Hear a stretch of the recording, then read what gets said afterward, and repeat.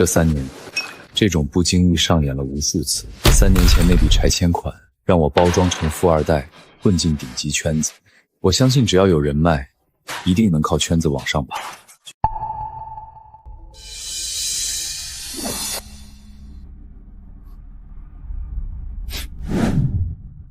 哎，子昂，你戴的是什么牌子的表啊？跟我的很像哦。千达翡丽。哦，我也是，我习惯戴的也是千达翡丽。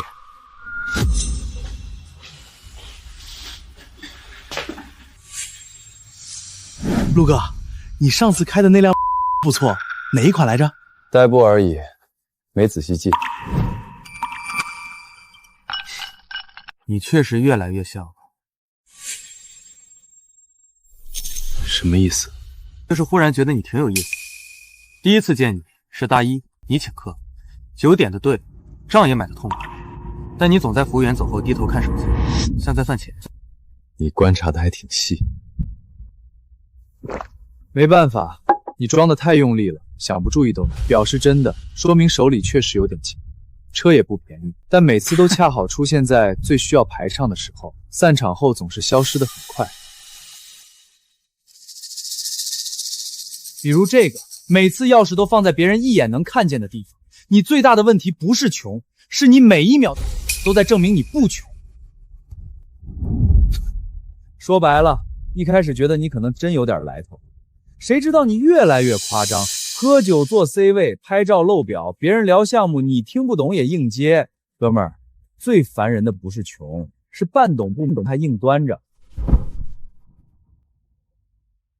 差不多得了。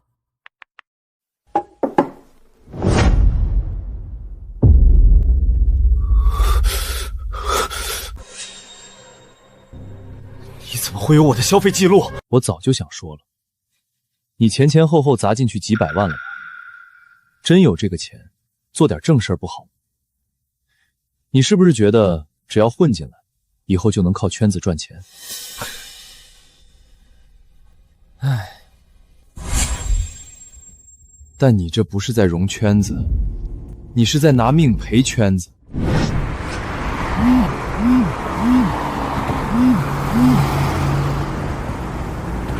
当年还真以为他是陆少呢。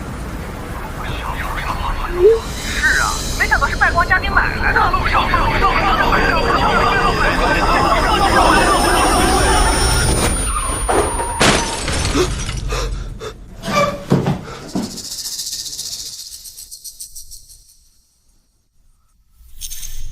我重生了，重生到大一入学这一年。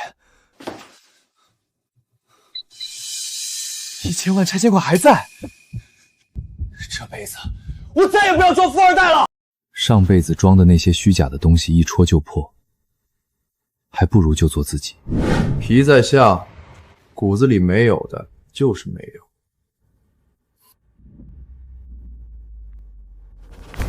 有。记得上辈子有个房子不错，静园。学生，这里不开放参观。我约了方志远看房。就你，这里的房子多少钱一平，你知道吗？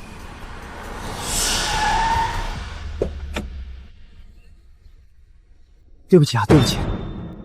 就是他要看房，连块像样的表也没带，只是来随便看看，替家里人来看房的。我自己买，这房价可不低。静园也不像你这年纪会喜欢的。如果只是好奇，没必要浪费彼此时间。我不是随便看看，照片很符合预期，必须线下看看。行，跟我来吧。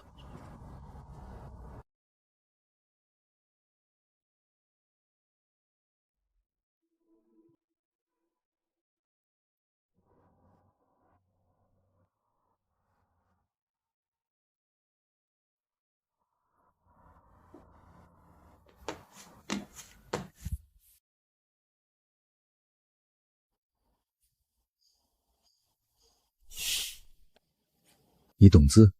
不懂，但我知道这屋子待着不累，很多房子装修的满满当当，人一进门先看见的全是钱。哦，18岁有这种通透，虽然穿得很普通，但眼界不算普通啊。进门不问装修，不问字画，先看书房使用痕迹，难不成是个隐藏身份的富二代？坐吧。来看房的人不少，绝大多数进门先问装修多少钱，家具是什么进口牌子，字画能不能折价留下，因为那些东西最容易被看见。但你刚才看书房看了很久，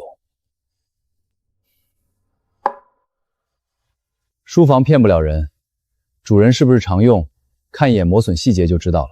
哦，你这个年纪怎么想买这种风格的房子？我只想要个住着舒服、足够安静的家。房子是给自己住的，如果回家还得端着架子配合装修，那跟住会所包厢没区别。这话听着可一点不像18岁年轻人能说出来。请。这画框的材质是什么？是红木的。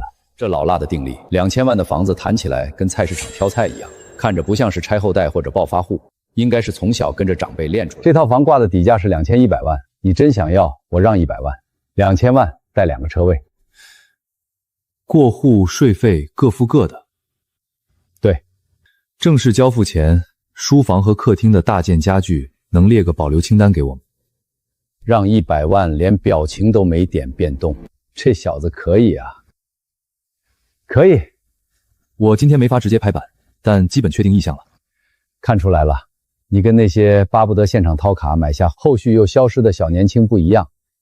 这房我不急着套现，如果你是买来安稳过日子的，我优先考虑你。明白。房差不多了，轮到车了。上辈子只想着让别人看见，这辈子自己舒服最重要。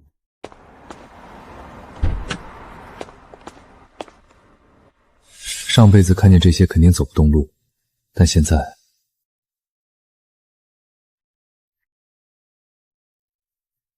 先生您好，我们这里是高端二手车行，您随便看，有喜欢的我给您介绍。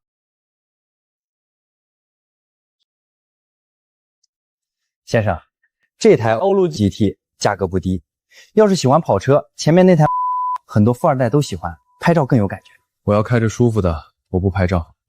叫地主，抢地主，抢地主，我抢，我抢，不要，3带1。那台白色欧陆的手续、保养和出险记录调给我看。一任本地车主，前杠补过漆，其他没问题。您觉得这车咋样？你是店长？看出来了。那个销售不敢说你打斗地主。哈哈哈哈！周广生，您可以试驾。陆川。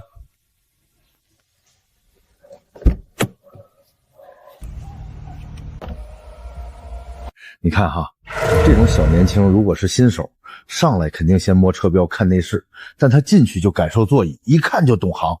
我不信，我看他8成是那种买车跟买菜一样的富二代。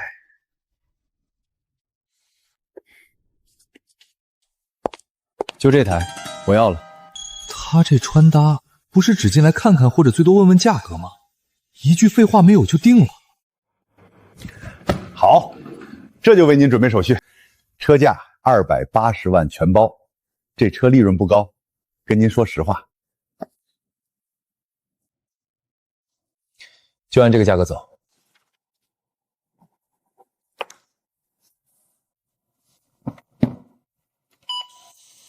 哈哈哈，陆先生，爽快！什么时候能提？马上！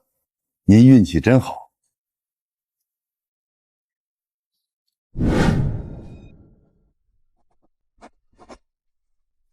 房子定下后，必须去赚原油期货的快钱，现金流绝对不能断。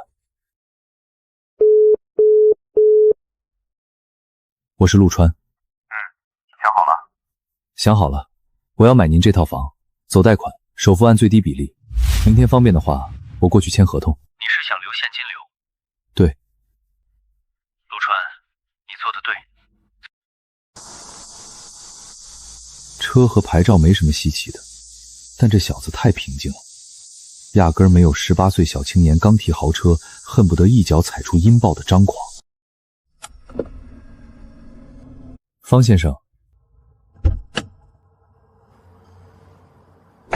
不错，没有任何刻意磨蹭和展示。这位是江城银行陈经理。陈经理，陆先生真是年轻有为。先上去吧。陆先生，麻烦提供身份证和流水资料核对。陈经理，您看一下，这账户太干净了，流水清晰明了。一个刚满18岁的年轻人手里握着这么庞大且干净的一笔现金。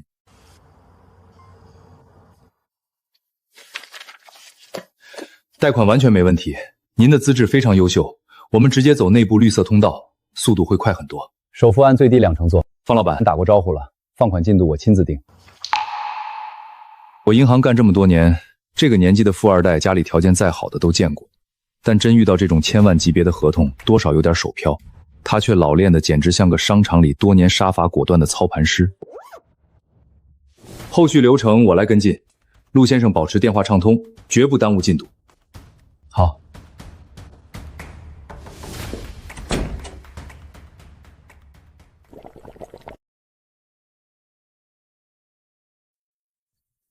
买几百万的车跟买了把椅子一样，你那车不错，陆川，你家里到底是做什么的？二手代步车而已。几百万的宾利欧陆当代步车，外面的人可不会信。车就是用来开的，宾利在江城也不算高调。倒也是，家里一直就这么放养你。跟家里人没关系，我想把钱花得明白点。所以你精打细算的走贷款，然后买了辆宾利，手里得留足现金，后面还有别的事要运作。车钱不算什么，但总不能为了个全款的名头，把后面的路给堵死。有意思。有钱人家的孩子见了不少，但他说话成熟，做事利索。这套房子卖给你，我现在反倒觉得踏实了。怕我接过去把这房子给糟蹋了？笑，这房子有感情。你要是一进门就先问我字画值多少钱，或者今天开着那辆宾利故意停正大门口按喇叭让我看，那我今天就不会签字了。处变不惊，这买卖关系可以再往前迈一步了。之前都在谈房子，自我介绍一下，方志远，江城商会会长。方先生，叫方叔就行。商会是明面上的身份，平时也做些文化项目。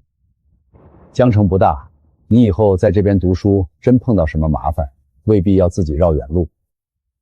跟那些顺杆爬的年轻人不一样啊，有礼数，懂分寸。老家哪儿的？京城。来江城上学？在江城上大学，暂时把住处先定下来。京城，年轻，手里有钱，不装懂，这规矩和眼界，这不是一般家庭养出的孩子，更像是京城有背景的家族出来的，钱和退路都给够了，才会这么通透。对，没错，这种松弛劲儿，家里没点东西是装不出来的。以后不管什么事儿，只要不是太出格，都可以找我。如果真碰上事儿，我不会跟您客气，不虚让，不乱认，也不装清高。这些东西拿走也没什么意思，留着吧，就当乔迁礼物了。谢谢方叔。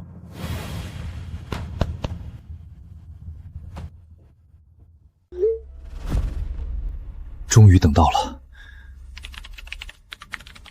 如果这一把做大一点呢？仓位再往上推一个。陆少牛啊，跟着陆少赚大钱。满仓。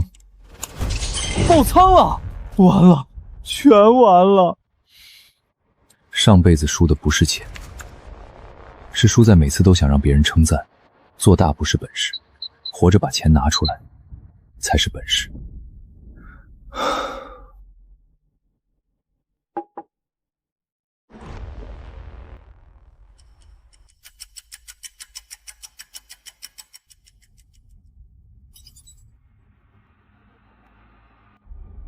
情绪进仓了，可以平了。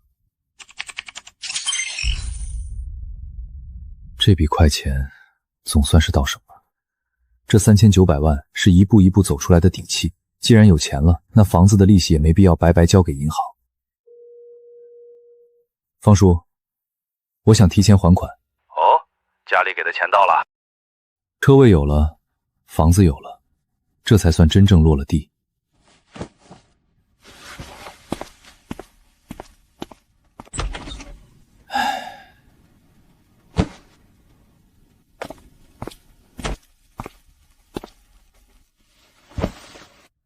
果然，舒服不是装出来的体面，而应该是踏实。这次正常去上学。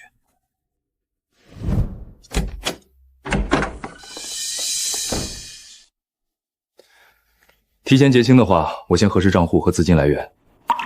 好。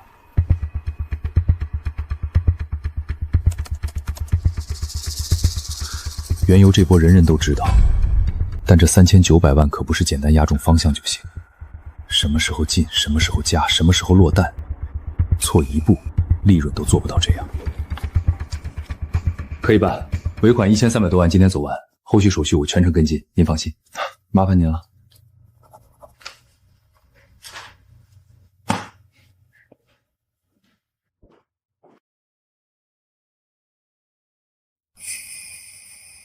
尝尝。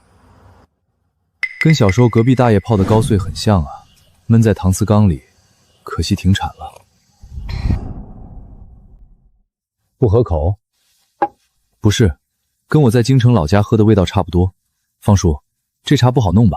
京城老家，这茶压根儿就不在买的层面，别说江城，放京城也不是一般人家能常喝的。他居然说跟老家喝的味道差不多，你喝得惯就好。你这尾款补得快，家里批的资金？不是，最近市场有机会，自己随便做了点交易赚的。一个京城出来的年轻人，平时不显山不露水的，一伸手就是几千万的利润。这不是普通富二代，这是那种真正往上数能数到很深处的人家里出来的孩子啊。有判断有能力，你这个年纪很难得。方叔，没事，我先走了，后续麻烦您费心。好，我正好也有事。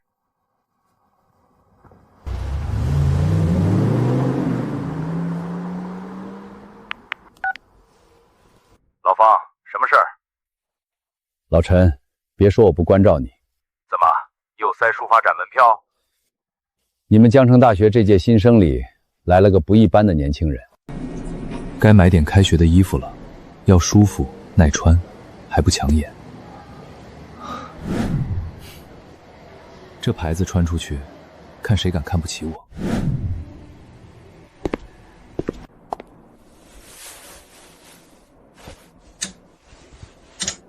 先生，需要我给您介绍一下吗？不用，我自己看。好的。哎，又进来个小年轻，还一次拿这么多。先生，这边试衣需要提前登记会员信息。买衣服还要验身份，主要是怕部分客人试穿后衣服出问题，影响其他客户体验。果然，拿着衣服试一圈，拍照装高端，最后觉得都不合适。先生，现在这些衣服总价已经超过40万了，您确定要试吗？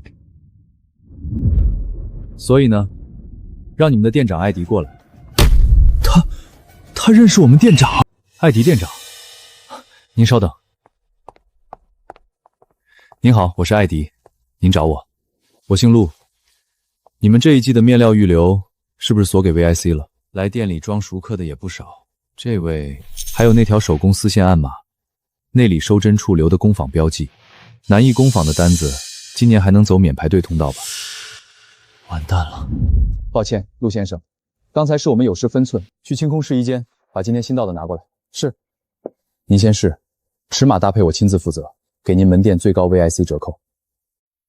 行，请。应该没判断错，懂的人买衣服不热闹，看触感，看剪裁，而且从头到尾没问过一句这个有 logo 吗？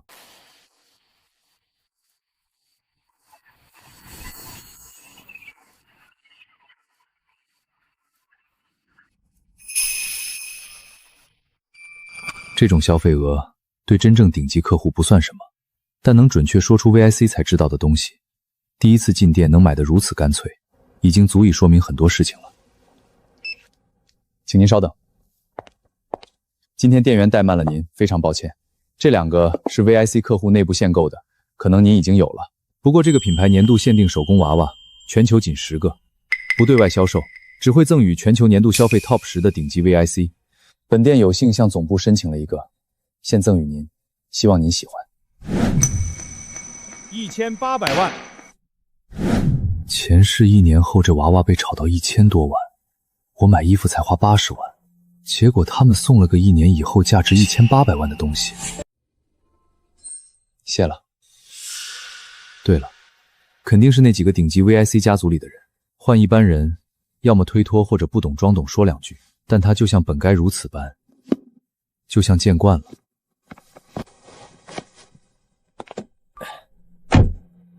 陆先生，有需要随时联系我。好。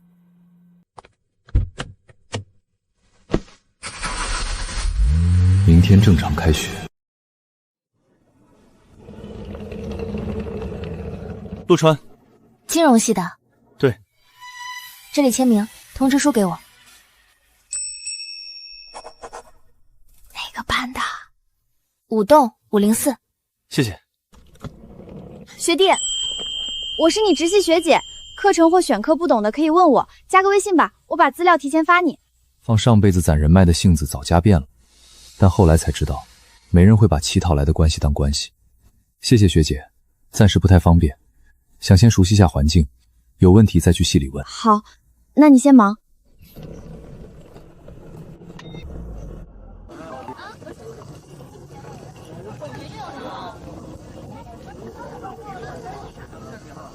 让一下，让一下，接过，接过。床板先擦一遍再铺。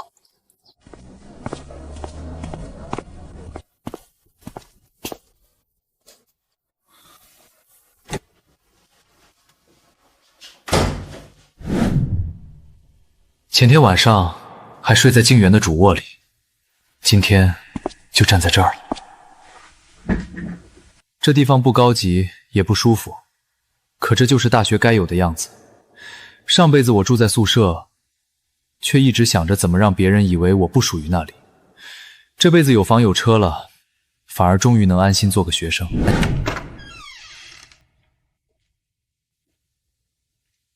那时候，我总爱一个人站在这面镜子前练表情，练怎么笑，怎么抬手露表，怎么显得不经意。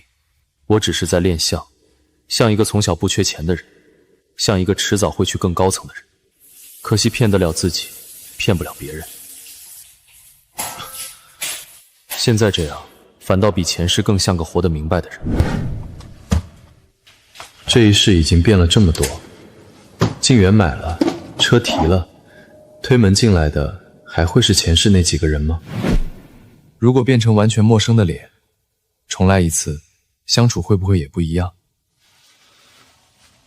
都重生回来干了这么多事，结果到头来居然还会为等会儿谁推门进来紧张。操，累死我了！都怪老妈塞这么多东西。还好，有些人没变。走吧，我给你搭把手。前世我装富二代被拆穿，最后狼狈辍学，只有他没落井下石。哎呀妈呀，哥们儿你来这么早啊？这什么破宿舍，脏啊！这地方你能住得惯吗？爸，大学宿舍都这样。哎呀，还这么多灰尘。这什么破学校，电梯还能坏？我一年纳税几千万，让我儿子住这地方还得自己爬5楼。不是我说，江城大学也太抠了点吧？明天我找人来装空调，顺便给这一层都捐了。爸，别在这儿丢人了。前世也是这个架势，恨不得把我有钱3个字贴脑门上。我丢什么人？我给我儿子改善生活怎么了？江城这1亩3分地，我说话还有点用。对不起啊，同学，我刚刚不小心。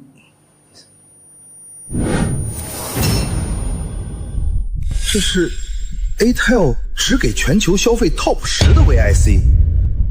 去年托了3层关系，砸了10万茶水费，连抢江城店这唯一的名额边都没摸着。那个子昂啊，公司突然有紧急会，我得先走了。啊？你不是说要装空调换衣柜吗？小兄弟，刚才对不住，说话太冲了，以后子昂在宿舍，麻烦你多照顾照顾。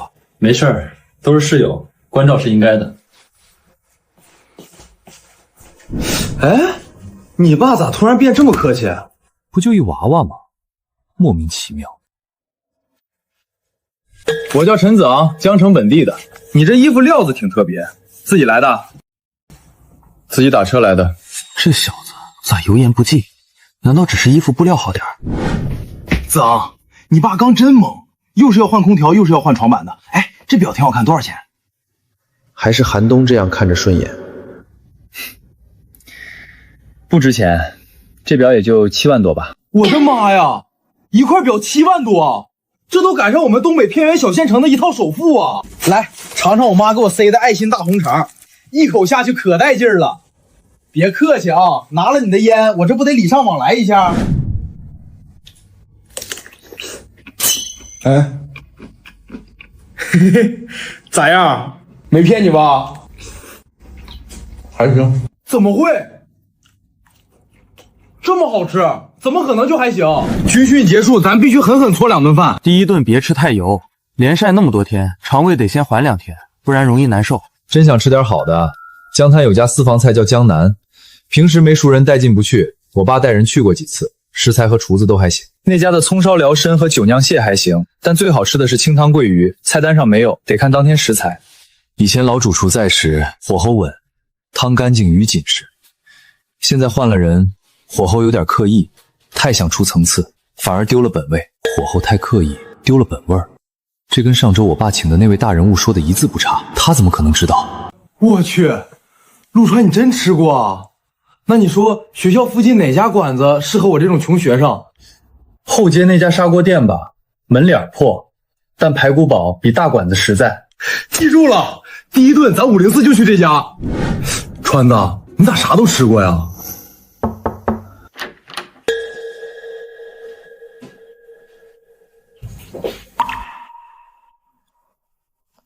陆川，别装了。你好，你好，赵一帆，继承人。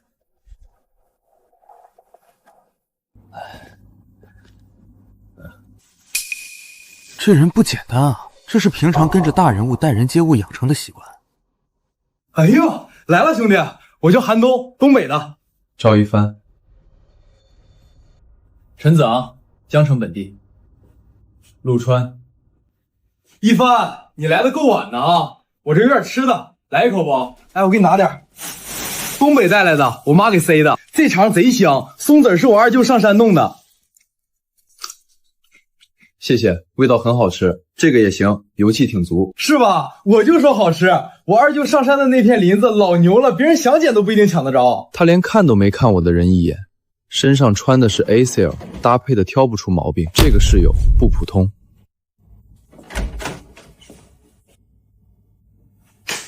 走啊，人都齐了，咱504不得整第一顿？你下午说那家后街砂锅店好吃吗？好吃。那还等啥？我都快饿抽抽了。后街环境一般，一般你也得吃。大少爷今天先体验体验人民群众生活。号拿了没？没拿那得等，前头还有42桌，少说2钟头。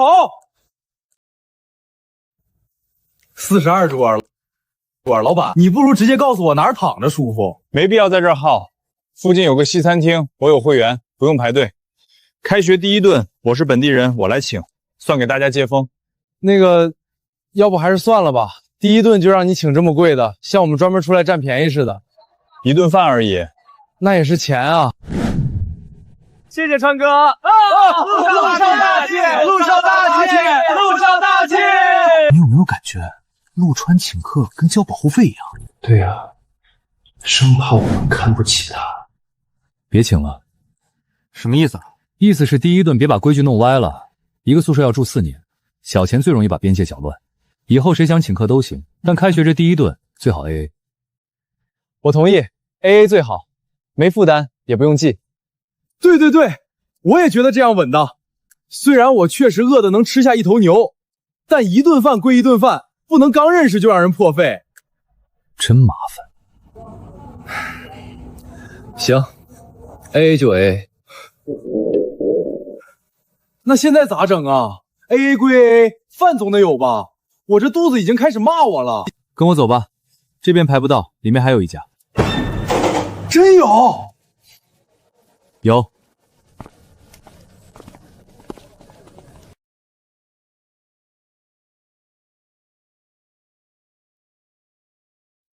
坐。老板，别管啥菜了，先给我上2盘肉，快点，真要饿死了。我操，香，真香！这比我妈做的都好吃。就算我妈今天要揍我，我今天也必须说实话。吃饭不急不躁，这种涵养，陆川应该也是大家族出来的。活过来了，我刚才真觉得我太奶都在前头招手了。哎，你们说大学4年都有啥打算啊？我先说，我目标特朴素，别挂科，别饿死，最好再谈个对象，要谈不上，起码毕业前让我瘦个20斤。你这目标还真够接地气。那必须，人民群众的愿望向来朴实无华。你呢，陈总？我大学主要还是拿文凭吧，另外就是跟着家里多接触点更核心的圈子。比如昨天我爸来看我，顺便提了他最近在国金商场托关系，想给我排一款顶级奢侈品牌的限量版腕表。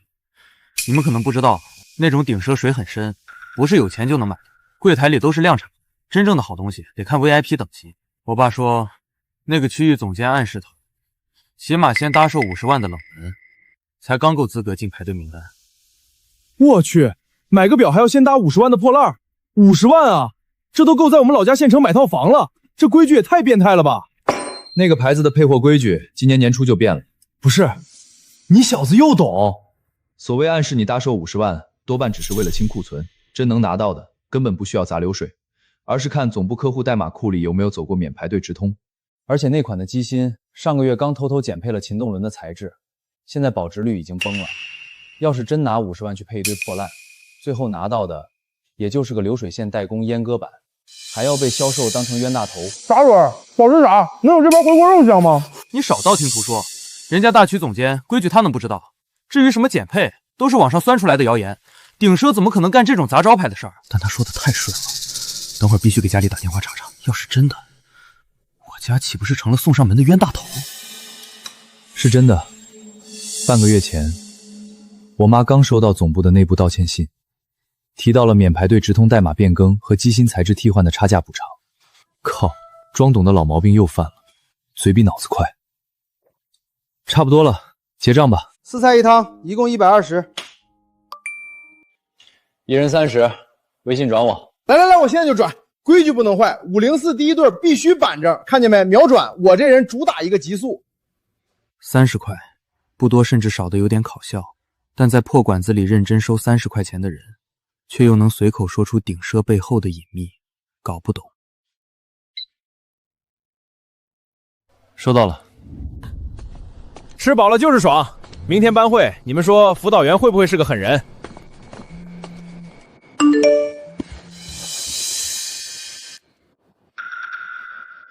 鱼咬钩了。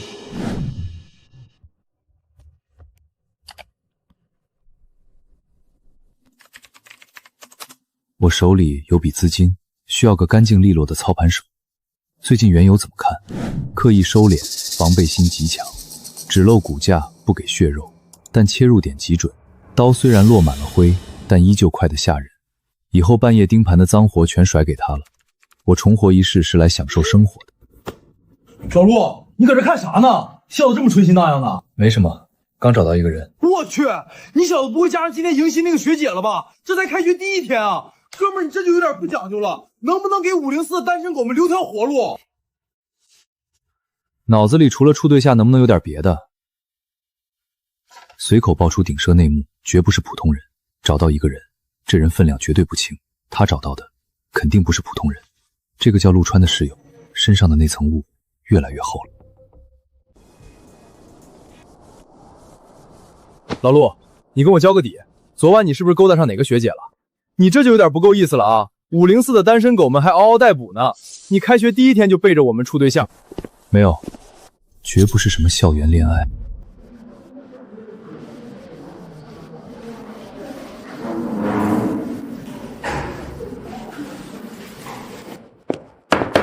下面开始自我介绍。大家好，我叫韩东，搁东北来的。我这人优点挺明显，能吃能扛，脾气好。缺点也明显，跑步慢，脑子转的偶尔慢半拍。以后谁要搬桶装水找我，绝对以及必须好使。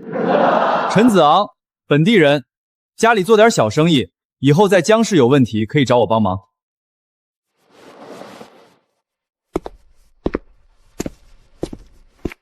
陆川，京城人，以后请多关照。有意向竞选班委的同学，可以毛遂自荐。全英文外盘，大宗产品实时盘口，别人还在争破头抢个班长，他手边盯的却是真金白银的厮杀，这根本不是不争，是压根不在一个维度。下午不能浪费，网吧、商场、数码城随便挑一个，大学生生活必须拉开序幕。老陆，走不走？你们去吧，我下午约了人。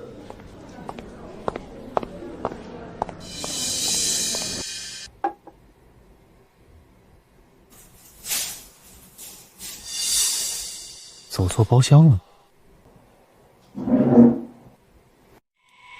冒昧问一句，您是替家里来传话，还是替哪位老板过来的？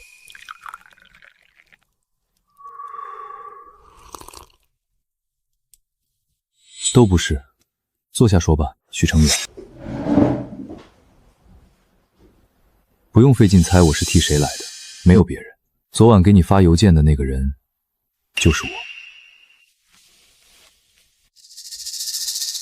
我查过你，在上一家机构，你带队做空海外大从盘，方向其实没看错，但你老板私下动了资金池去填别的窟窿，导致保证金不够，遇上逼空直接爆仓，最后老板全身而退，你被推出来顶锅。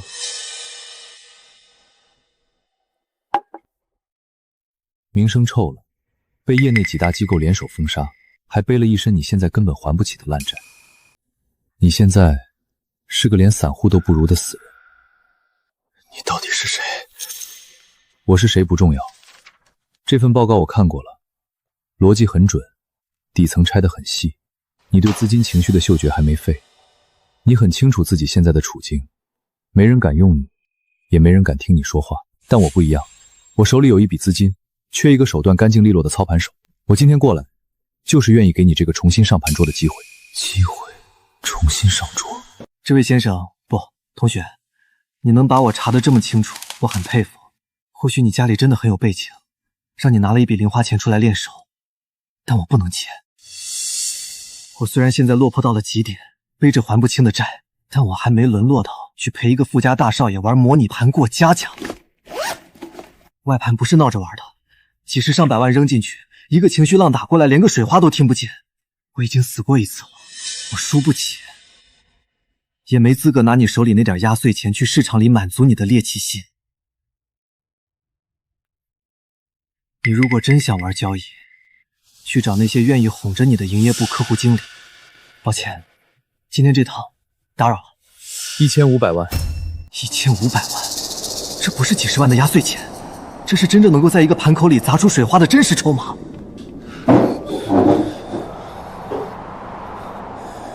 你到底想干什么？这份原油报告太保守了，你以前做事很果断，现在却带着恐惧做交易。现在原油不是单线逻辑，地缘扰动太强，消息面也杂，情绪盘和避险盘交替冲击，波动会非常剧烈。这个阶段不保守，回撤会死人的。我的方案不是赚的少，是为了活下来。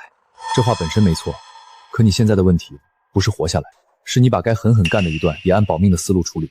这次中东的局势突变，真正的巨动力不在供给端减产，而在外围资金的避险情绪和几大股头的默契逼空。前几天的震荡根本不是消息不明了，是主力在洗短线跟风盘，每一次急跌破位，底部的承接盘都坚决。你报告里把那些回踩当成了风险提示，建议减仓规避，但实际上那才是最好的加杠杆节点。当外媒统一口径开始渲染风险扩散的时候，真正的拉升才会开始。那一段的速度会非常快，根本不会给场外资金上车的机会。等所有人都反应过来准备追涨的时候，也就是该平仓落袋的时候，你的脑子还停在怎么给前东家填窟窿的阴影里，只看得到回撤，看不到趋势。自己看，全是原油多单，第一是试仓克制，第二笔加仓，竟然精准卡在几天前回戳的最低点，主升浪分批平仓，像精密机器一样把整段利润啃得干干净净。不可能，这怎么可能？几十万的底仓，大半个月的时间滚到了近4000万，慢杠杆操作，错1秒就会爆仓清零，这绝不可能是运气。这是你做的？运气好而已。在这样的交割单面前，我的专业推演简直就是纸上谈兵。我遇见真神了。我姓陆，京城来的，现在在江城大学。我姓陆，京城来的，现在在江城大学读大一。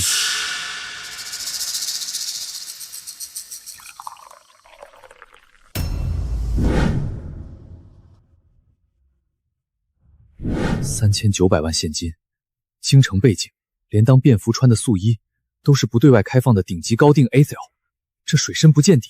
陆少，叫陆总就行。是，陆总，坐下说。以后资金盘上的大方向我会定好交给你，具体的建仓、平仓节点，还有仓位拆解，你全权负责，我不会去干涉你的交易细节。陆总，还有一条规矩，我平时要正常上课，没特殊情况不要随便找我。工作上的事儿，你每周整理好进度，邮件汇报就可以。我明白了，陆总，把手机拿出来，加个微信。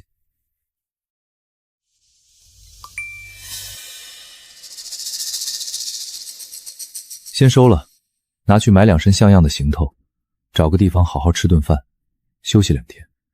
我的人，出门在外不能太寒酸。休息完之后，去注册一家新的投资公司，所有的繁琐手续、场地、壳子，全权交给你去跑。我不出面，也不挂名，卡里是启动资金。公司成立后，我给你10%的股份，你来做总经理。您放心，这把刀我肯定给您磨到最利。只要你能把这仗打漂亮，这10%以后会远超你的想象。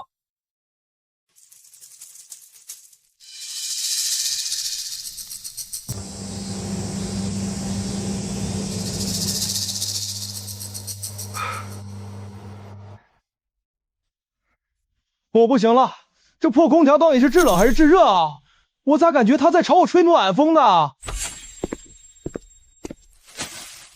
刚在校外买的，切好了，趁凉吃。我操，川哥，你简直活菩萨！活过来了，这口西瓜短暂的保住了我的狗命。子昂，昨天你爸不是说要给咱们这一整层楼全换上新空调吗？这都1天了，学校后勤处咋还没动静呢？再不换，我这东北体格子真要交代在江城了。应该快了吧？学校这种事业单位，流程走得慢，后勤处估计还在走审批。我马上出去打个电话，催问一下情况。爸，你昨天在宿舍说要给整层楼换空调的事怎么没动静？我室友都问到脸上了，你找没找学校领导啊？找了呀，结果人家后勤处一查，说你们那栋老宿舍楼线路严重老化，根本承载不了整层同时换新空调的负荷。如果要换，得整栋楼断电重新排线，得等寒暑假才能弄。学校直接委婉把我给拒了。换不了，牛都在室友面前吹出去了，你现在跟我说线路不行换不了，那我这脸往哪搁啊？爸，你赶紧想办法啊，总不能让我回去跟他们说我爸吹牛没办成吧？行了，整层换不了，我先给你打点钱，你自己去校外找个外包安装队，悄悄给你们504单独装一台挂机凑合用吧，自己去买台好点的，剩下的当零花钱。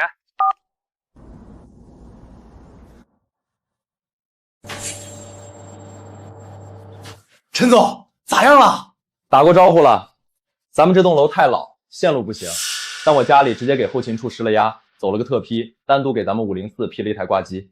我操，真批了！批是批了，不过流程还得走一会儿。我翠翠那边让他们直接派人过来装。2万块钱就这么没了，只要面子保住就行。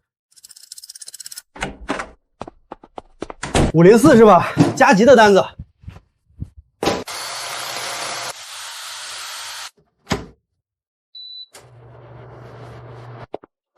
妈呀，活过来了！陈总牛逼，在江城这地界，陈总绝对是只手遮天。不对呀，子昂，既然是学校后勤处特批的，咋来的师傅穿的是外面电器城的衣服，连个学校的工牌都没有？而且这都大半夜了，学校后勤处还加班给咱们送空调。那个，学校采购的单子本来就走外包，特批的单子走学校库房肯定来不及，8成是后勤处直接派给外面的合作网点加急了。能大晚上让网点派人带机器过来，还是陈总家里路子广。对，就是外包网点，后勤处那边特意找的加急服务。原来是这样，还得是陈总家里有排场啊！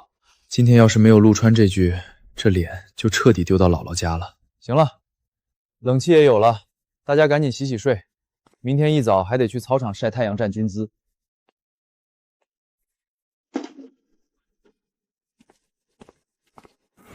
啊！我恨军训。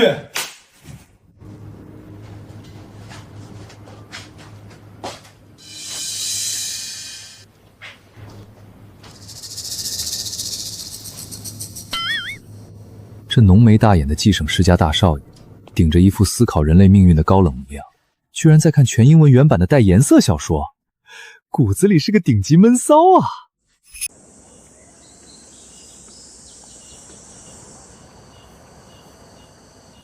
动什么动？谁让你们动的？站军增要的就是纹丝不动，哪怕是一只蚊子落在你鼻子上，你也得给我咬牙忍着。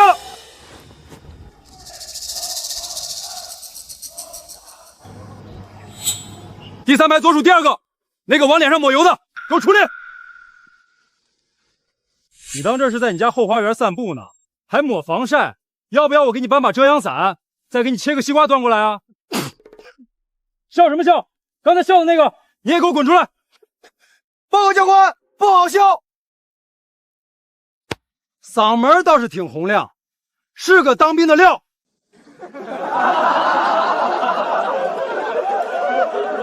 前世这个时候，我满脑子都是怎么维持那可笑的贵公子形象。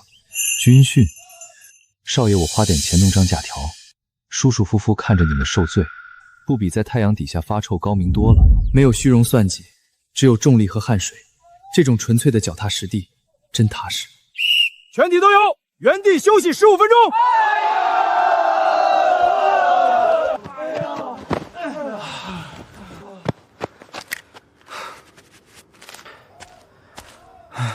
不对劲，按理说刚才那种强度的暴晒，我早该眼冒尖星了。可现在心率这么快就平复了，身体里居然还有使不完的力气。5年后的新能源研报，大宗商品 K 线走向，冷门外板拐点，甚至小数点后的2位数字，没有任何遗漏。这才是老天给我补发的最大底牌。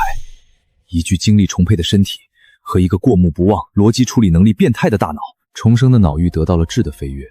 未来无论是遥控许成远在金融市场厮杀，还是布局资本帝国，都再无破绽。我不需要去死记硬背那些杂乱的数据，所有的信息差都将成为我手里最锋利的刀。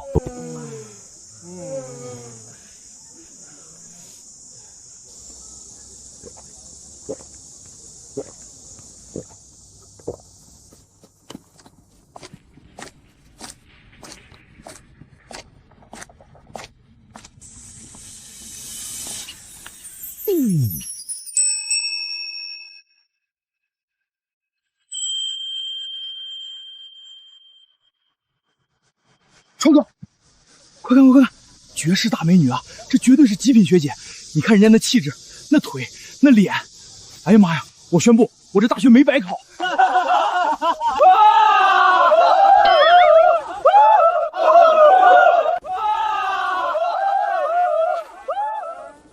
前世为了混进顶端圈子，我拼命去背画展背景，查咖啡豆产地，只为讨好他。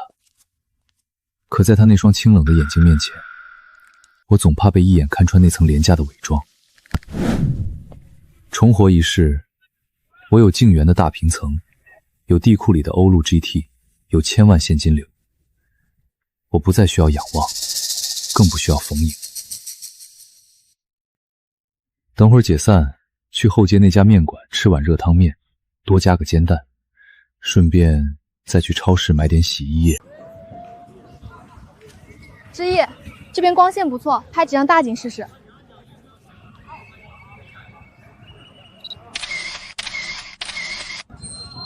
不行吗？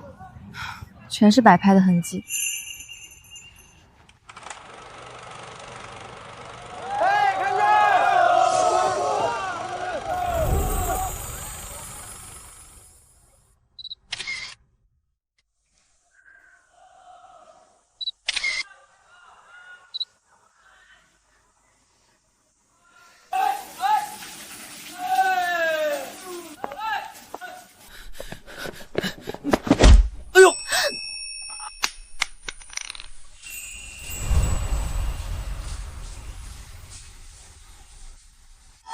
他会像其他人一样凑过来搭话。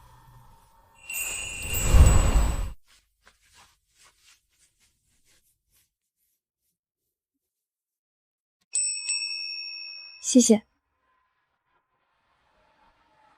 小心点，沈学姐，原装的摔坏了不好配。沈学姐，没写名字，迷彩服，大一新生，绝对是第一次见。你认识我？你怎么知道我姓沈？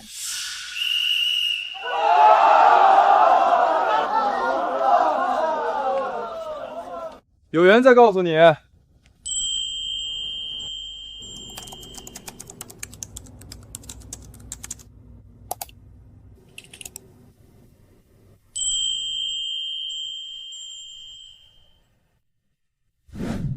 有缘再告诉你。这个人到底是谁？他为什么会认识我？之一，迎新那版排版弄完没？哎，哟，盯这么半天，咱们的校花这是开窍啦，想谈恋爱啦？谈不上想谈恋爱，只是觉得这个人挺特别的。兄弟们，操场上那个白衬衫学姐，那气质，那身段，简直绝了！我宣布，我的春天正式按下了启动键。你们说，那学姐到底是哪个学院的？我好想谈一场轰轰烈烈的恋爱啊！你趁早收了那条心。那学姐身上的气质，没有钱和背景从小堆着，根本演不出来。咋的？普通人连想想都不行了？想想可以，想追没门。这种级别的女生，用普通的套路根本砸不开。不过，要是真能和她谈恋爱，我倒是不介意直接把家里奖励那辆送给她当礼物。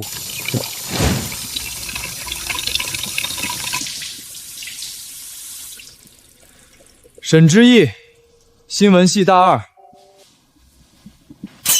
我操，老陆，你丫隐藏的也太深了吧！平时连个女生都不多看一眼，结果人家底细你都查得一清二楚了。完了，美丽学姐被川子盯上了，我韩东这辈子啥都干，就是不跟自家兄弟抢女人。哥们退出！知道个名字算什么本事？真到了拼财力的时候，你拿什么跟我争？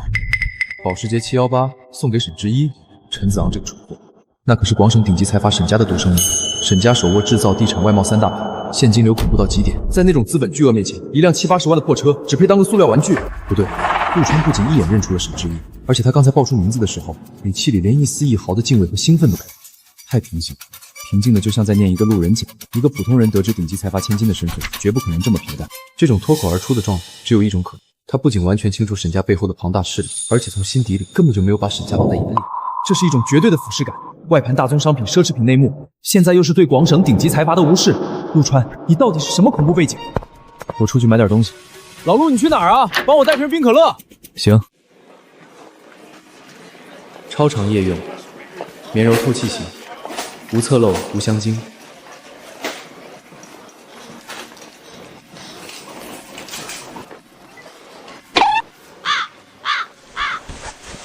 阿姨，麻烦给我拿个最大的塑料袋，黑色的那种，结实点。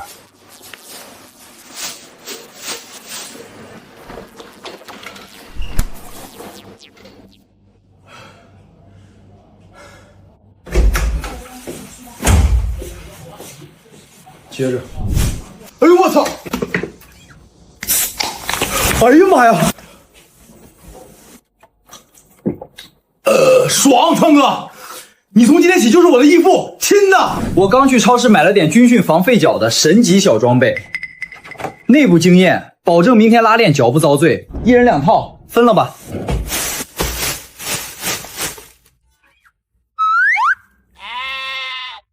川哥，你这是去超市进货去了，还是半路打劫了女生宿舍啊？咱们这军训虽然苦，虽然累，但也不至于为了逃避训练集体变性吧？你想什么呢？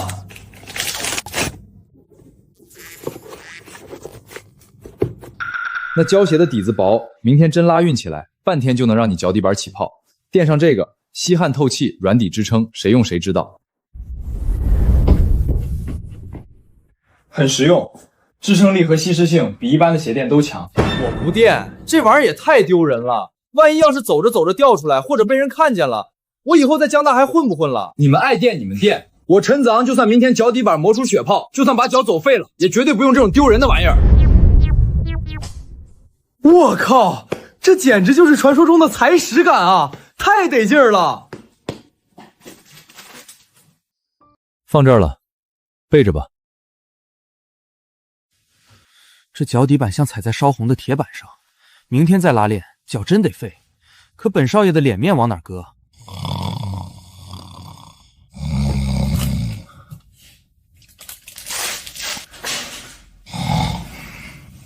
我操！子昂，你不是说……你闭嘴！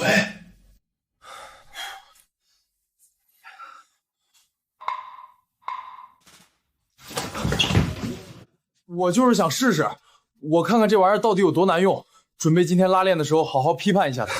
你昨晚可不是是挺难用的，也就凑合垫垫脚底板，稍微软和点儿。赶紧洗漱吧，快吹集合哨了。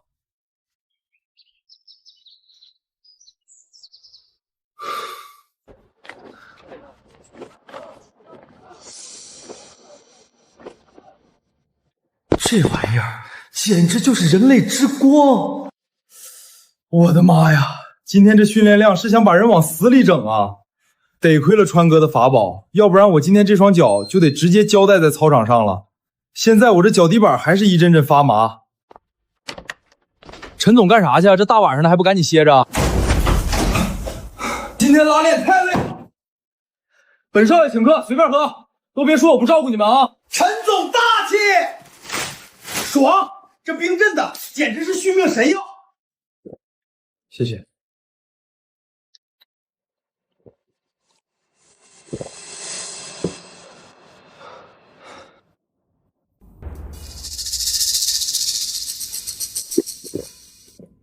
哎呀妈呀，舒坦！子昂，不瞒你说，我长这么大第一次知道，原来那玩意儿垫在脚底下能有这种无敌的缓冲感。明天我高低得再去小超市扫2包，这可比啥鞋垫都好使。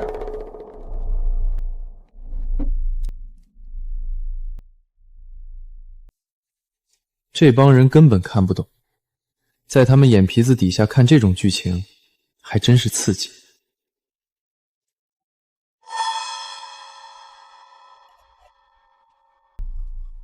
他像暴风雨中的舵手，将船手毫不留情地撞进那片泥泞的轮船。这作者文笔一般，阳台这段的隐喻用得太刻意了，缺乏美感，纯粹在堆砌词藻。他全看懂了。他这几天就这么看着我戴着防蓝光眼镜在这儿偷乐。不能慌，绝不能让韩东听见，不然我高冷学霸的人设连渣都不剩了。太纯正了，不是简单的字面翻译，而是连语境和底层逻辑都吃透了的黑话。这个叫陆川的室友绝对深藏不露。 Break leg。 当把柄落在别人手里时，与其慌张失措，不如寻求默契与利益交换。总得找个顺理成章的由头，不着痕迹地达成某种成年人之间的风口默契。自己这维持了几天的高冷体面，在这家伙眼里，估计早就是个一清二楚的笑话了。 走，子航，陪我去后街网吧打2把游戏。这军训太折磨人了，必须去峡谷里杀2把回归血，不然下午这体能根本扛不住。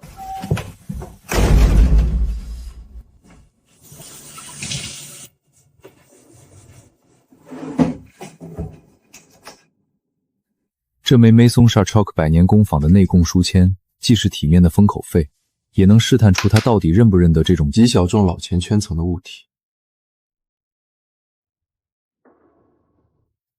Mason 小飞的内供件，他认出了隐藏价值，接受了成年人之间的交换，这笔交易成功了。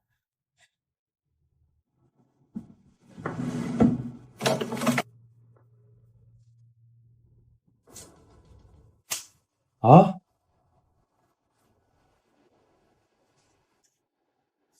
，ATEL 的内部纯手工特制件，不对外发售，普通贵宾连看一眼的资格都没有。我只在母亲的私密藏品柜里见过一模一样的暗码和走线，我居然试图用封口费去防备他，试探他。他不是不懂这些东西的价值，他是真正拥有过太多，所以根本不在乎。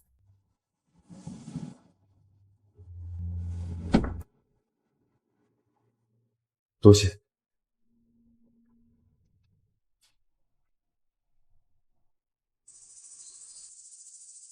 走啊，子昂，愣着干啥？今天哥们儿请客，必须让你体验一把峡谷躺赢的快乐。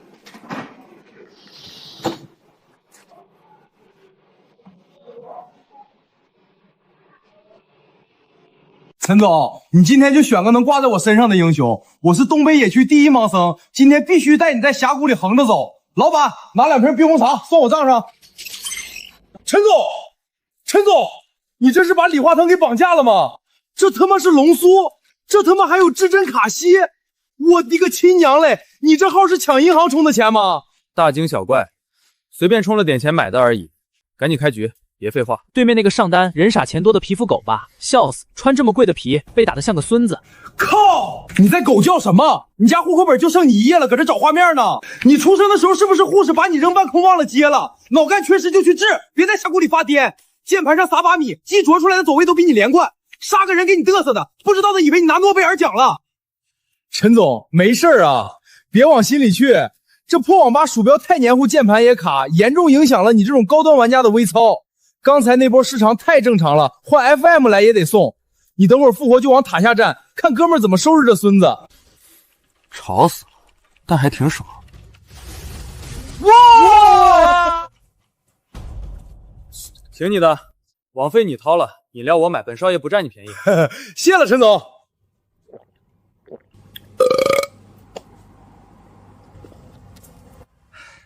终于熬出头了，哥们儿现在感觉自己能一口气吃下一头牛。麻烦填一下军训反馈表。学姐，你长得真好看。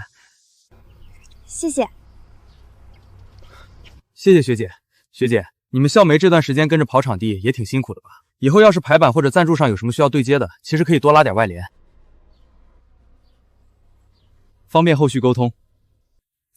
抱歉，工作上的事关注校媒的公众号留言就好，我不加私人微信。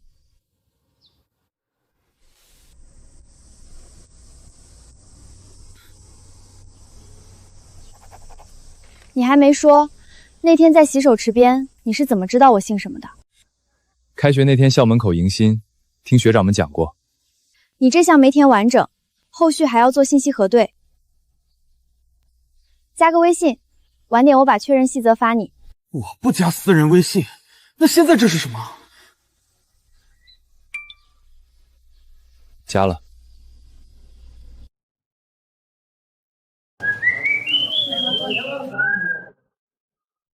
我不加私人微信。加个微信，晚点我把确认细则发你。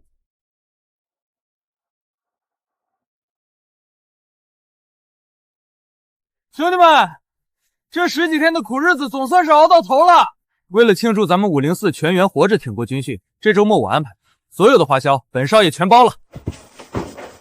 陈总，真全包啊？那地方得老贵了吧？能有多贵？就是带你们去见识见识，体验一下真正的服务。那啥，陈总，那会所里面有电脑能打游戏不？那种级别的会所里面有专门的顶配电竞装潢，只要你精力够，你在里面打个通宵都没人管你。妥了，我就知道跟着陈总混绝对不亏。以后谁再说陈总一句不好，我寒冬第一个不答应。好，让你破费了。那就这么定了。既然决定要去，这出行也得安排好。周末出去玩，打车太麻烦，也不方便。正好我爸前段时间给我买的那辆保时捷718刚落地，周末我直接开车带你们过去，也省得去外面挤了。我操，跑车！陈总，你这牌面也太大了吧！明天我必须得多拍几张照片，发回老家去震震那帮土老帽。子昂，保时捷718好像是双座跑车吧？咱们宿舍一共4个人，只有2个座位，明天怎么坐？不是陈少，咱们4个大活人，你那跑车就2个座，这怎么也塞不进去啊！靠，光顾着显摆跑车了，竟然把座位数量这个最基本的硬件问题给忘了。这算什么问题？我开718拉着东子先走，我再让我家司机开一辆奔驰 S 系过来，专门接你俩不就行了？2辆车足够坐得舒舒服服的。陆川，你有驾照没？你要有驾照的话，明天那辆奔驰我就让司机直接把钥匙留给你，你带着一帆开过去，正好也让你摸摸豪车的方向盘，过过手瘾。反正那车闲着也是闲着，当练手吧。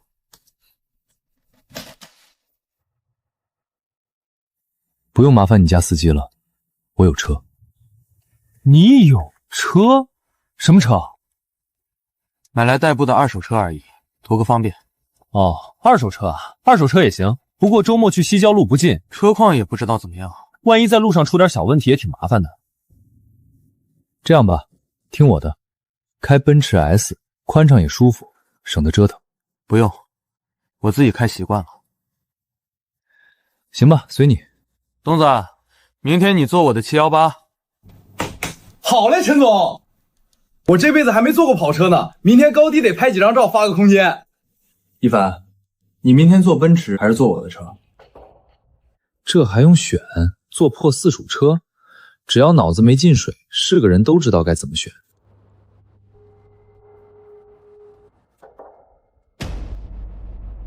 不用麻烦司机了，明天陆川接我就行。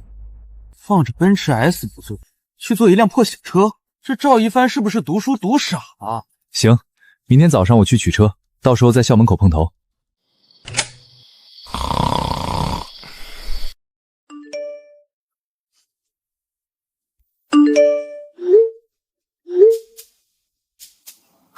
聪明，拿核对信息当幌子，想通过高中背景摸清我是不是你遗漏的市郊圈子里的人。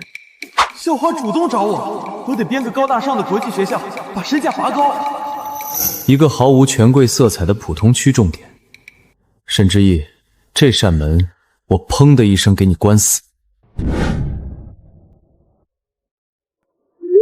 京城第74中学，京城圈子里根本没听说过，这只是一所最寻常的公立学校。我以为你藏着一把绝世名剑，结果你直接掏出了一把削铅笔的小刀，完全不按套路出牌。一个普通区重点毕业的男生，怎么会有那种深不可测的从容？怎么会一眼认出我？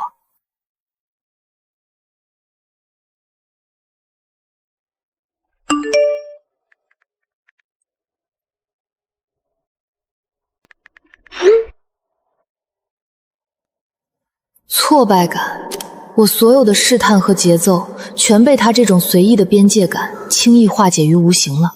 明天就是周末，那辆一直安安静静停在静园地下车库里的2手代步车，是时候开出来了。陈子昂回家取车去了。你们说他怎么带着我一块儿去啊？怕我看见他家住的太豪华。他是怕你笑他家小区叫有钱公馆。他爸问了风水先生，买房子的时候就挑了个最招财的小区。啥？有钱公馆？有钱人也喜欢这种名吗？有钱公馆。陈子昂那种死要面子、骨子里刻满阶层追求的人，就算编也会编个观澜半岛的假名，绝对不可能把这种暴发户土味小区名往外抖。连他编迷信风水买房的底细都一字不漏，江城实权富豪极力隐藏的私密底细，他竟然摸得一清二楚。陆川的背后到底藏着一张多么庞大、恐怖的情报网？走吧，先去吃早饭。 10点半，校门口碰头。得嘞，师傅，去静园。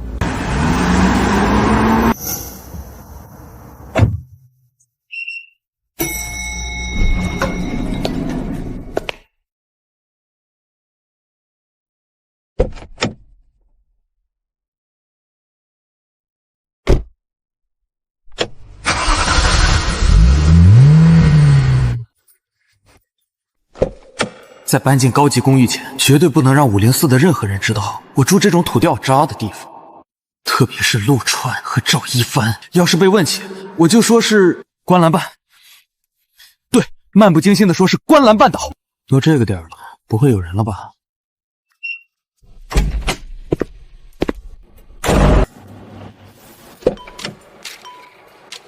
韩东惊掉下巴的蠢样，赵一帆震撼的眼神。 还有陆川那辆破二手代步车，今天我必须把军训和买空调丢掉的面子，连本带利全拿回来。陈子昂，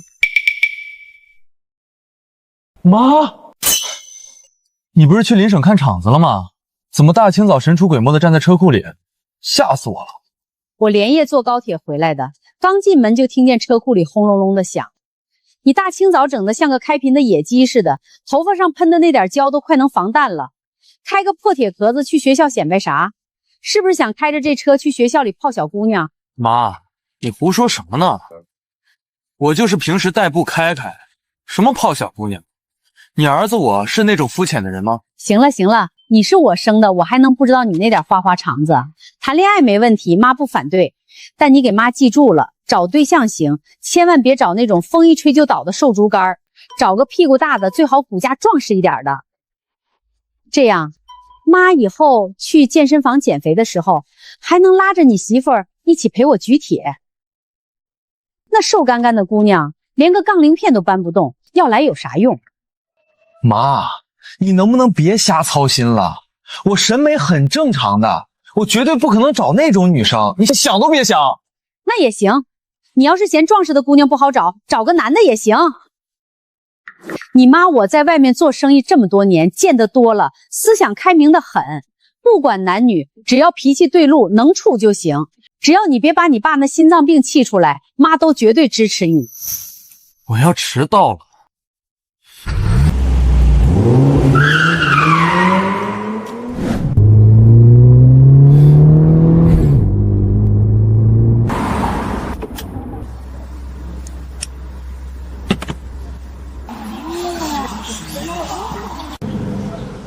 我操，陈总，你这牌面也太大了吧！这敞篷，这颜色，哎呀妈呀，这也太帅了！我这辈子还是第一次离真跑车这么近。行了，东子，一辆代步工具而已，待会儿上车随便你拍。那必须的，我今天高低得多拍几张，发空间里狠狠震一震我老家那帮没见过世面的兄弟。迈阿密蓝的金属车漆配波尔多红的真皮内饰，还是你懂行啊，一帆。车漆加红内饰就去了小10万。陆川怎么还没到？这都几点了？他那辆二手代步车，该不会真开在半路上出什么毛病了吧？不能吧？老陆平时做事挺靠谱的，大周末的，估计是路口那边堵车了。要不我给他打个电话催催，别真是不认识路，或者车在路上抛锚了。再这么等下去，等到地方汤泉水会那边预定的时段可能就要过了。一帆，要不你先留下来等陆川。如果他只是堵车，那就让他直接开过去跟咱们会合。如果他那辆二手车真坏在半路了，或者人没法及时到，你就马上给我打个电话，到时候我直接给家里司机打个电话，让他开奔驰过来，把你们俩一起接去水会，总不能让他大周末的在马路上干耗着。好，我在这儿等他。那我们就先撤了啊，一帆，你和老陆快点跟上。那我们先走一步。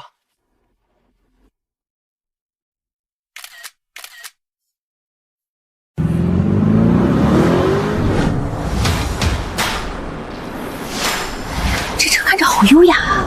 我去，原来这就是你的二手代步车。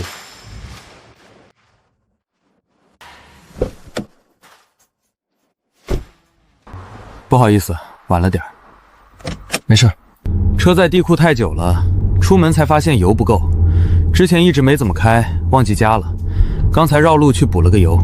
原来如此，他们两个先去了，怕预定过期。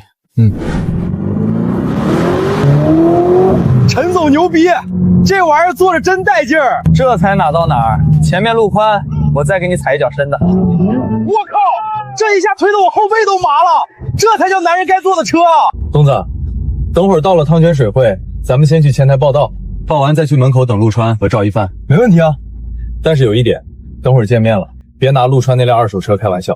别说二手车了，他就算骑个二手电瓶车，那也比我这靠腿走的人强啊。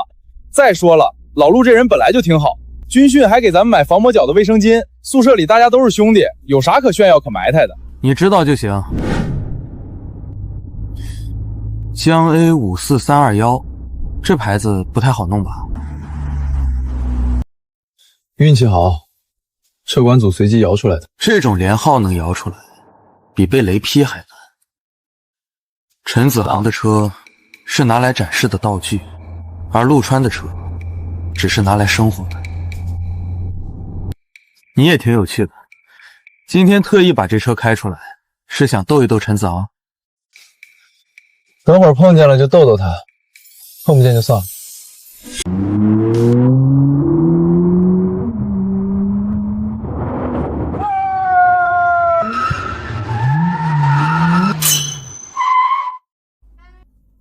我是这里的会员，今天预定了你们的4人尊享套餐，车停这儿也不行吗？非常抱歉，先生，会所规定洛克区不能占位，请您移步前方的普通贵宾停车区自行停放。感谢您的配合。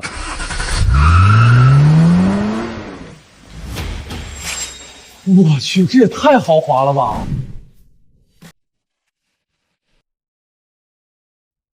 你好，预定了尊享套餐，手机尾号。这地方可不是外面那种大众洗浴中心，这里的会员一共分4个档次：黄金、铂金、黑金，还有最顶级的钻石。越往上越难办，光有钱没用，还得看你在这个城市的资历、引荐人的分量以及本地核心圈层的认可度。我爸在江城做了这么多年建材生意，也是今年年初才刚收到这儿的邀请，正式成了一名黄金会员。林先生，您的预订信息已经核对无误，请您稍作等待。你怎么没什么反应？这地方不够档次啊？档次肯定是够的，这地方装修的确实讲究香喷喷的，而且贼安静。不过要单论场面和豪华，这种洗浴中心我在我们东北老家其实也见得不少。子昂，你是不知道我们东北的洗浴文化有多牛逼。我们那边的洗浴中心，从大堂到汗蒸房，再到自助餐区和休闲区，全都是照着5星级酒店、照着皇宫那个标准往死里砸钱弄的。就像奉天那个清河万德，全国都排得上号的超大型洗浴综合体，好几万平米，里面带温泉，还有水上乐园。我高中的时候放假总去那儿泡着。哎，这样呀，所以你这儿看着是更私密也更贵，但其实也就那样。比起这大厅装修的有多高级，你家那个会员到底是什么金？我其实更关心这儿的海鲜和牛自助到底好不好吃。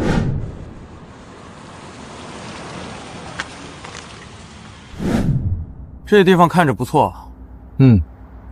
听说这里的温泉很有名。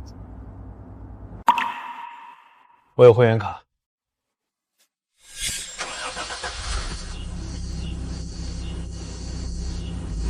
你看我干什么？没什么，随便看一眼，就是想看看你是不是也觉得这地方的名字和门头弄得挺装的。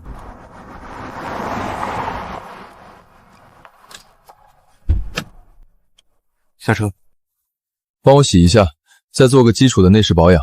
晚点我走的时候直接过来拿。一定按您的要求安排最高规格的清洗和保养，祝您体验愉快。你经常来，来过几次？动作这么熟练，只是来过几次。这回答真是滴水不漏。老陆、一方这边，你俩可算到了。老陆，早上咋还迟到了？路上找地方加了个油，来晚了。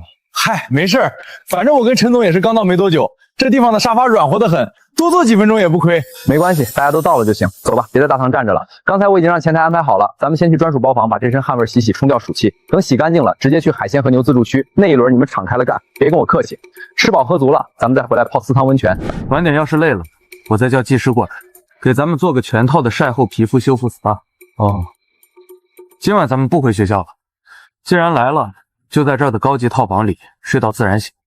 明天中午再慢慢回去，先洗澡，再吃和牛。我靠！先洗澡再吃和牛，今晚还不走了？陈总，你就是我异父异母的亲兄弟啊！连服务员都没止步，他闭着眼睛都知道往哪儿走，却又故意退让给陈子昂带路。老陆，你到底是什么人？各位贵宾，这是您的专属包房，请进。我去，这也太豪华了吧！为了保证各位贵宾的绝对私密，洗浴、护理、更衣都是独立进行的，各位可以在各自的单间内完成洗漱。不是，这也太讲究了吧！大老爷们来洗浴中心，不就该是光着膀子在一个大池子里泡水聊天，坦诚相见吗？这每人关在一个小玻璃盒子里洗，跟回宿舍冲凉有啥区别？我觉得我们应该坦诚相见。你想干什么？谁要跟你坦诚相见？你是不是有什么奇怪的倾向？你少扯淡，我不是那意思，我是说洗浴中心的灵魂是搓澡。要是大家都单独关在小隔间里洗，那搓澡时后背咋整？谁给谁搓？难道自己拿刷子够吗？等会儿帮我们4人每人安排一位专业的搓澡师傅。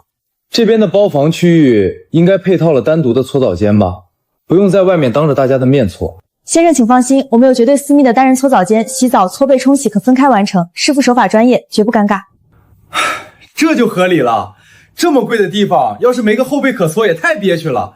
有搓澡师傅我就放心了。我刚才就是这个意思，这里的配套服务全得很，只是没来得及细说而已。陈总，咱们啥时候吃海鲜和牛自助啊？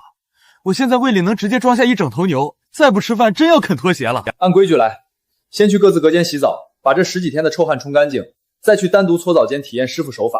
等收拾利索了，直接去海鲜和牛自助区，想吃多少吃多少。吃饱喝足回来泡私汤做 SPA， 今晚就睡个昏天黑地。哎呀，我的亲娘嘞！这地方的搓澡师傅手艺真透彻，那手法力道搓得我感觉整个人轻了2斤。虽然不是东北老把式，但这下挥的利落劲儿跟老家顶级搓澡大爷绝对差不了多少。这你就不懂了。不行了，兄弟们，我现在的胃已经彻底排空，进入了最佳进食状态，比刚进门那会儿还要饿上10倍。走吧，带你们去见识真正的顶级自助。和牛高低得先来5、6轮，海鲜专挑带壳、个头大的狠狠干。各位贵宾，本区采用点单制，选好食材后，后厨会现点现做，由专人送至桌前。不是自己拿，自助餐要是没有自己端盘子在餐台前冲锋陷阵，过程灵魂就少了一半啊！先生请放心，所有菜品均不限量，您可以随意点单。那还等啥？先来30份 M9 和牛，20份法式香煎鹅肝，再来2只整只的帝王蟹，辣炒1只，清蒸2只。先上这些，不够等会儿再加。你点那么多肉和海鲜，多少点点喝的顺顺嗓子。这儿有鲜榨果汁和进口气泡水，我一点不碰。陈总，这你就不懂了吧？吃自助餐的灵魂根本不是吃最好吃的，是只吃最贵的。饮料这种占肚子的液体一点不碰，主食这种便宜的碳水一口不吃。热的时候油脂最香，凉了就会发腻。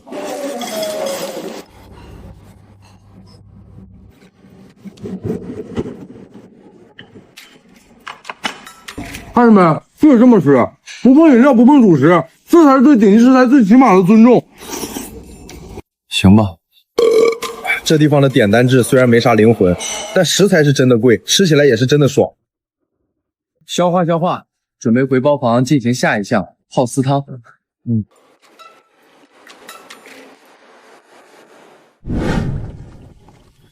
你们先回包房，碰到个熟人，我过去打个招呼。去吧去吧，快点回来啊！那私汤池子大得很，咱们4个在里面搓麻将都够用。这边地方大，迷路了随时给我打电话。没想到你也喜欢来这里放松，这地方离你们江大可不近，开车过来也得折腾一阵。方叔，军训刚结束，跟舍友一块过来歇会儿。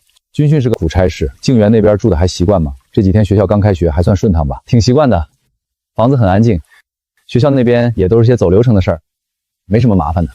这小子坐在这销金窟里，连眼神都没多转一下，就像坐在路边茶馆一样，跟在京城老家胡同里喝到的味道差不多。几千万现金流轻描淡写，连我珍藏的特供茶都只当寻常物，这绝对是京城顶级大家族喂出来的核心子弟。这位是陆川，他在江城念书，偶尔会来这边坐坐。去后台走个系统，给陆川办一张钻石会员，那些繁琐的资产印资和引荐人审查流程直接跳过。好的，方先生。陆先生，稍后我会把办理好的专属钻石卡亲自送到您的包房，您只需要提供一下基础的身份信息即可。方叔，不用这么麻烦的。不麻烦，既然你以后要在江城待几年，这地方虽然离你们学校有点远，但也算个能清静待着的去处。总不能以后每次你带同学来，都让你去外面走那些普通客人的排队流程，拿着卡进出也方便些。好，谢谢方叔。面对顶级特权，连呼吸节奏都没变，这份定力绝非池中之物。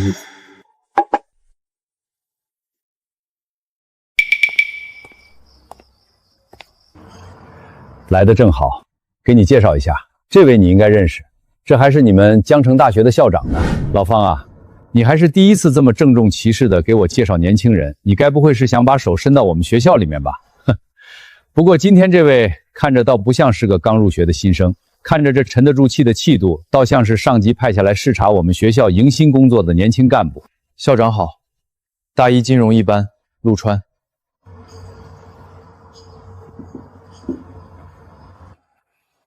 别站着了，坐。哈哈哈哈，你这张嘴啊，陈二狗，这么多年了，当了校长还是没个正形。整个江城，现在也就只有你还敢当着外人的面这么不要脸的叫我了。行了，别光嘴上认识了，加个微信吧。遇到什么麻烦事儿或者有什么不好解决的，也方便直接联系他。哎，好。小陆啊，加了以后，别只在学校惹了麻烦的时候才想起我。你少往自己脸上贴金了，人家小孩子又不是缺你这一个联系人，真有事儿还能找不到人办。方叔校长，我室友还在包房那边等我，就不打扰二位叙旧了。行，你去吧，跟同学们好好玩，有事随时电话。这个就是你前段时间打电话给我提过的那个京城来的陆川，是不是你想的那种背景其实不重要，重要的是这孩子绝对不简单。疯子你大爷的！放手！你洗澡水进我嘴里了！哎呦，川哥回来了！快来快来，这池子水温绝了！陆先生，打扰了，方会长已经亲自交代过，这是为您临时补录并开通的最高等级钻石会籍凭证。以后您来这里不需要任何预约，无论什么时间，只要您出示这张卡，我们会所将为您提供最高规格的接待。您看还满意吗？知道了，替我谢谢方叔。通透的水晶材质，主管亲自上门送。这张卡跟陈子昂那张根本不在一个阶层维度上。陆川的底蕴到底有多深？好，您先休息。老陆，你还站那干啥呢？赶紧换衣服下来啊！水温正好，泡到骨头缝里都透着舒坦。马上。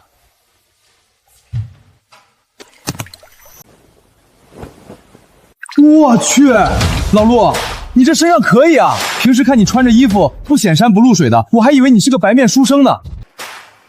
没想到你这身牌居然真有货，看着比那些练体育的还要结实。身材这么好，平时没少练吧？平时随便练练而已。事情不如偶遇，今天让兄弟亲自给你安排一个全套的温泉洗头套餐。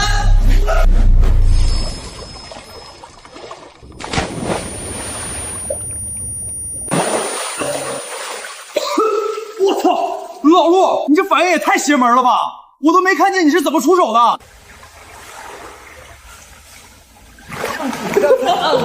哎呦我靠！陈嫂，你大爷的！别戳那儿！救命啊，老陆！哎，那张透明水晶会员卡到底是什么来头？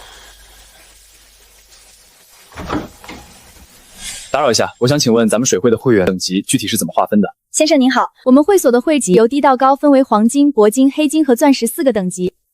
那办理这些会员有什么具体的门槛要求吗？要求是非常严格的。黄金会员需要1名现有黄金会员的实名推荐，并且需要验资1亿元的硬性资产。铂金会员需要2名铂金会员的联合推荐，验资门槛是5亿元资产。至于黑金会员，则需要3名黑金会员的联名推荐，并且验资底线是10亿元的家族或个人资产。陈子昂家里总资产也就1亿左右，刚好卡在黄金会员的及格线上。那钻石会员呢？钻石卡是我们水会的最高特权凭证，一共不超过10个人拥有。它不接受任何形式的外部申请和验资，只有通过会所高层或者极少数核心股东的特殊授权，作为定向邀请才能发放。每一张钻石卡都是非卖品。听到这里，我心里彻底有数了。喂，少爷，老林，你联系一下江城西郊的汤泉水会，用家里的名义准备一下资产证明，在这边办一张会员卡。好的，少爷，需要给您去疏通关系弄一张最顶级的卡吗？不用，规格不用去刻意求高，办一张黑金卡就行。10亿的资产验资，足够让我堂堂正正的站到和陆川更加接近的牌床上。陆川，我赵家家族的财力能量也不弱。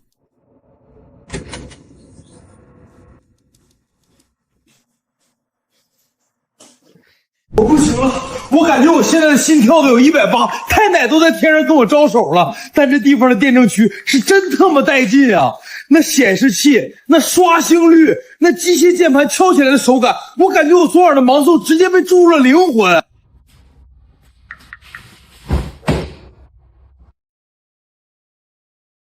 这地方还行，以后如果没事儿，可以经常过来泡泡温泉。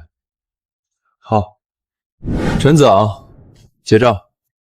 陈先生您好，您本次消费包含尊享4人套餐、电竞套房延迟试用费及附加餐饮，您的累计消费金额一共是58000元整。不好意思，陈先生，系统显示您的这张会员卡已经被冻结了。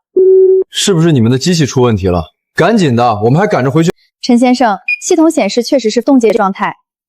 按照我们水会的严格规定，能够冻结这张黄金会员卡的，除了会所最高管理层，就只有卡主陈富贵先生本人了。建议您直接联系一下卡主确认情况。大儿子，咋了？爸，我在汤泉水会结账呢，你把黄金会员卡给冻结了。那个儿子，这事儿吧，你听爸跟你解释。你个小王八犊子，你昨天回家不看看我就算了。你妈昨天见着你，话都没说完你就跑了，有你这么当儿子的吗？你妈养你这么大，容易？你骂我大儿子是小王八犊子，那我又是啥？你个老王八犊子！老婆，我错了，别生气了，你听我解释啊，我真不是有意要骂咱大儿子啊，我这不是想为你出气吗？滚！少拿老娘当挡箭牌！我有会员，我来吧。哎呀，我来吧。今天我这脸算是丢到姥姥家了，可这帮家伙居然连一句风凉话都没说。刚才前台那事儿谢了啊，今天算我欠你个人情，回头我把钱转你。室友之间不至于，卡本来就刚办的，顺手的事儿。东子，你等会儿坐陆川的车回学校吧。陈总，不带我兜风了？兜个屁的风！我爸跟我妈刚才在电话里打的就差掀房顶了。我现在要是不赶紧赶回去拉架，我家那点家当估计今天全得被砸个稀烂。哎呀妈呀，那可是大事儿！你赶紧回去吧，陈总。叔叔阿姨那边你先稳住，别真让他们俩动手伤着了。我跟着老陆回学校就行，你路上开慢点。行，那我先去处理。好，拜拜。这陈总跑的是真快。老陆，你车呢？停哪儿了？开过来了。陆先生，您的车已经按您的要求做完清洗和基础内饰保养了。谢谢。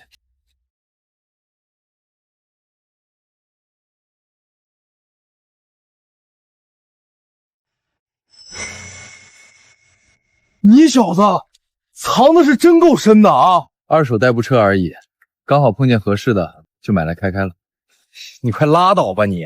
把几百万的宾利叫二手代步车，老陆，你要是再这么跟我说话，我容易仇富。我跟你讲，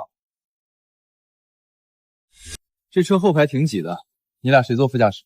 我坐后头。我昨晚在电竞房双排熬了一宿，现在眼睛都快睁不开了。我这体格去后排正好卡在座椅缝里，连安全带都不用系，直接窝着补个觉。副驾驶太亮了，影响我睡回笼觉的质量。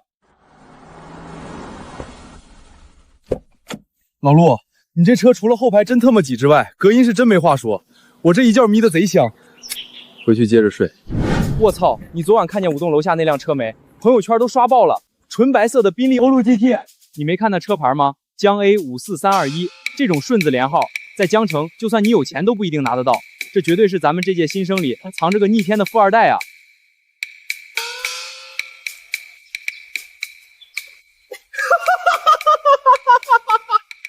哎呦我的亲娘嘞！老陆，你快看，我不行了，我真要被这帮人给笑抽抽了。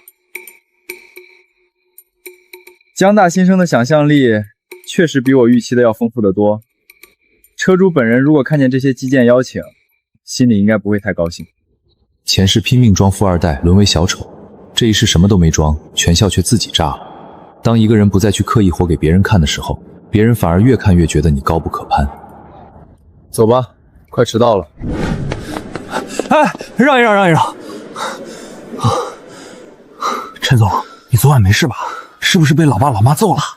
少放屁！我家里好得很，没睡好而已，没迟到吧？刚刚好。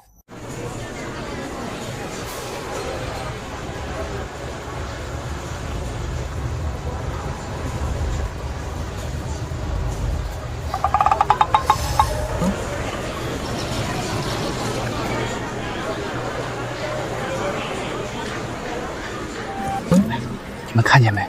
就停在宿管阿姨那栋楼的侧面。到底是哪个院的新生开来的？还是外面哪个老板把车停进来了？你没看表白墙吗？连别的系的男生都在上面发帖求联系方式了，说不想努力了。下面进行大会第5项。大一新生代表发言，底子最硬的风云人物要出来了。这种大型体制内会议的核心环节，名单、发言稿、上台时间，早就在校领导的内部会议里定死了，跟我毫无关系。听完等着散会就。给你介绍一下，这位你应该认识，这还是你们江城大学的校长。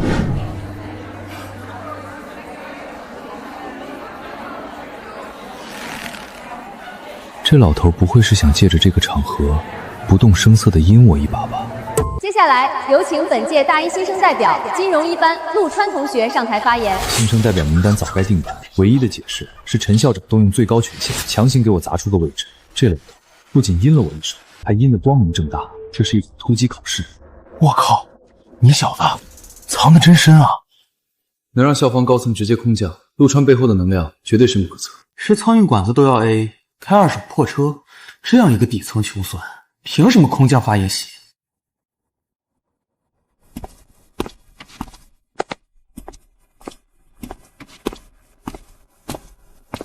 这谁啊？这就是那个新生代表，长得好帅啊！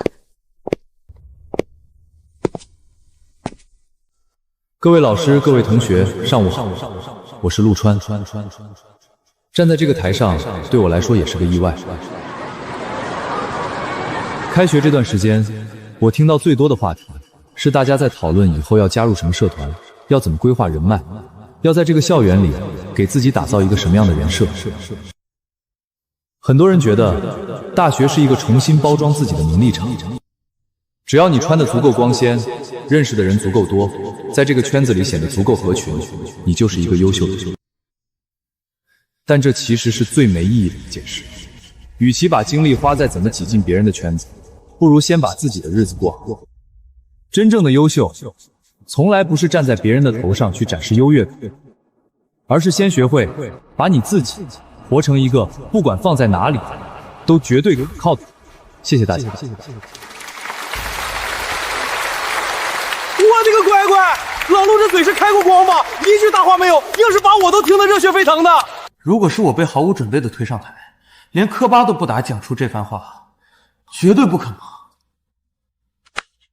哎，你们注意到没有？刚才那个金融系的男生，他从上台到讲完，手里根本没有拿任何东西，全脱稿。临场应对这种局面还真耗精力。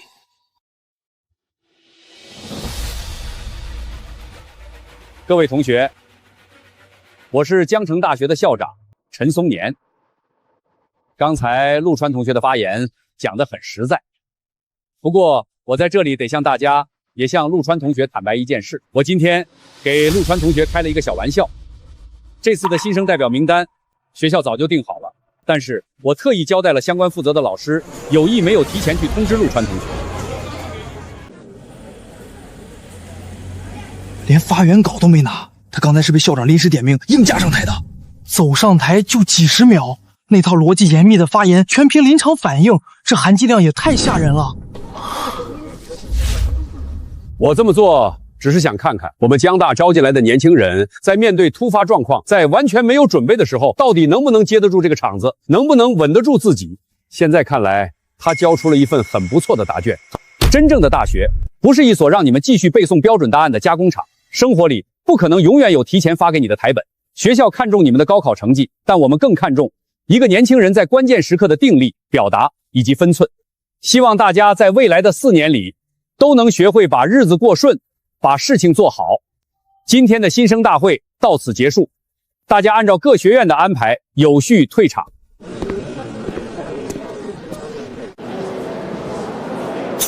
这也太离谱了！我现在脑子跟浆糊一样，全乱套了。陆川，周老师，陈校长刚刚有交代，系主任那边也已经知情了，他们让我转告你，让你现在去一趟行政楼，直接去校长室。知道了，谢谢周老师，我这就过去。陈校长既然在几千人的大场合下临场点名，又公开承认是开玩笑，说明这老狐狸心里清楚。这一手虽然抬了我一把，但也硬生生把我推到了全校舆论的聚光灯底下。按照方志远和陈校长这种老江湖的处事法则，阴了你一下，就绝对会在事后想办法给你补上一点甜头。这极有可能是一项资源，一种特权，或者是一条绝对畅通的绿色通道。今天这一堂绝不是去挨训的，那老头八成是准备好好赔偿我点什么东西了。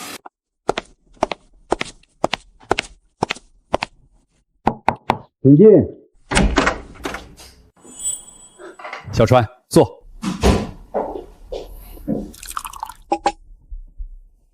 刚才在大会上没提前打招呼，没生我的气吧？还好，也就是临时多想了几句词，没出什么岔子就行。你这孩子心气儿倒是沉得住，不过你在汤泉水会的时候叫方志远，那是一口一个方叔，叫得多顺溜，怎么到了我这儿就连一句陈叔都不肯叫了？陈叔，您这是在学校里，我怕坏了规矩。咱们私底下不讲那些规矩。小川啊，你那辆白色的车今天在学校里闹出来的动静可不小。学校对车辆进出是有严格管理的，普通学生平时不允许开车进出校园。不过既然你平时有代步的需求，每次在门口登记盘查也确实麻烦。我等会儿跟后勤保卫处那边打个招呼，把你的车牌号直接录进教职工的内部系统里。以后你那辆车进出校门，道闸自动放行。行政楼的地下车库也给你留个内部车位。不用麻烦了，陈叔，那台车太招摇了。最近在学校里闹出来的动静已经够大了，我也没想着天天开着它在校园里转悠，确实不太方便。我准备最近再去买一台低调点、普通点的车。行，既然你想换台低调的代步车，那这事儿你联系他，这是后勤车管处的老沈。等你把新车提回来，直接打这个电话找他，把新车牌报给他，他会把权限给你录好。谢谢陈叔。行了，不耽误你休息了。今天这事儿算我欠你一回，下次学校里再有什么活动需要你上台当代表，我保证提前1天告诉你。那您最好提前2天，我好多背2句稿子。哈哈哈，以后在学校里真遇到什么不好处理的事儿，别绕弯子，直接找我。明白，陈叔留步。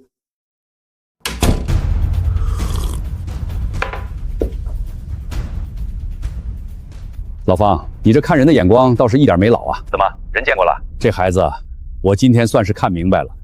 京城那边出来的门第子弟，这规矩，这分寸，还有这份拿捏轻重的定力，跟咱们地方上那些富商养出来的孩子，是真不一样啊。上啊！干他！会不会玩啊？这大少爷平时不是摊着敷面膜就吹牛，今天这坐姿在等全员到齐。一帆，昨天在汤泉水会那事儿，谢了。我知道要不是你出手，我那天这脸在江城就算是彻底掉地上了。这人情我记着，我陈子昂不装傻也不赖账，真没必要。兄弟之间不至于搞得这么严肃。你先别急着拒绝，我本来想着结账的5万多块钱，我直接微信转给你，但我仔细一琢磨，你连黑金卡都能随便掏出来，我给你转的几万块钱，你肯定不会收。所以我昨天问了我爸，我爸说，既然转钱俗气，送表送笔，别人也未必看得上。我爸说，那就送这个。他说这东西全天下不管谁看见了，就没有不喜欢的。我去，陈总，你这手笔也太硬了！陈叔叔说的太对了，这全天下谁不喜欢黄金啊？这玩意儿拿在手里比啥都踏实，这叫硬通货。行，那我收了。我听说咱们学校宿舍停车场那边停了一辆白色的宾利，听说因为这辆车，学校表白床上都闹疯了，连男的都在上面发帖找车主。这到底是哪个新生这么猛，还是哪家关系户把车开进来了？排场搞得够大的。那还能是谁的？川子的呀！买来代步的二手车而已，图个方便。这他妈叫二手代步车？几百万的宾利欧龙 GT 被他说的像花200块买的破自行车，这得是什么家庭底蕴，才能喂出这种视金钱如粪土的恐怖松弛感？一帆有黑金卡。第一，陆川把宾利当买菜车；第二，我开保时捷；第三，寒冬就一包野山松子垫底。本以为进普通宿舍是降维打击，结果一头扎进了怪物窝。川子，你现在是真的出名了！现在学校里有一群人每天在停车场蹲点，甚至有人在你车旁边直接架起手机开直播了。那帮人叫嚣着，今天晚上就算是不睡觉，也必须得把你这个神秘车主给揪出来。子昂，我想请你帮个忙。什么忙？你先说。帮我把那辆宾利从学校里开出去。那车太高调了，昨天停在宿舍楼下，纯粹为了图个省事。结果现在表白墙上全是在刷车牌号。再这么停在学校里，纯属给自己找麻烦。我讨厌麻烦。你怎么不找一方？他应该也有驾照吧？一帆有驾照，但这种事儿他也嫌麻烦。你是本地人，路况熟，开车也方便，交给你最合适。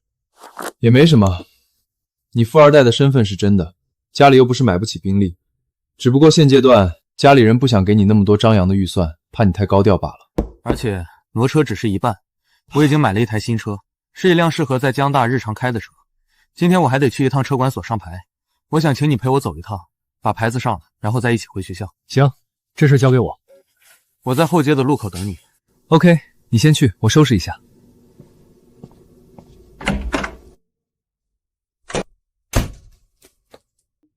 今天我亲自把那辆白色宾利开出校门，这风头绝对赚足面子，还能顺势拉近和陆川这位京城大少的关系，完美。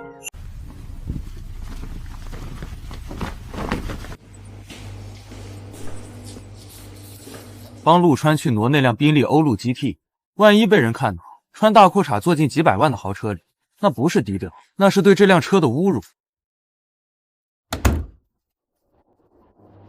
哎，陈子昂，这大周末的你怎么来停车场这边了？出去办点事儿。该不会那辆白色宾利是你的吧？当面冒领太跌份儿，可要是说不是，他们肯定追问车是谁的。陆川交代过不想惹麻烦，我一开口不等于把兄弟卖了。我懂，那你先忙，我们回去了。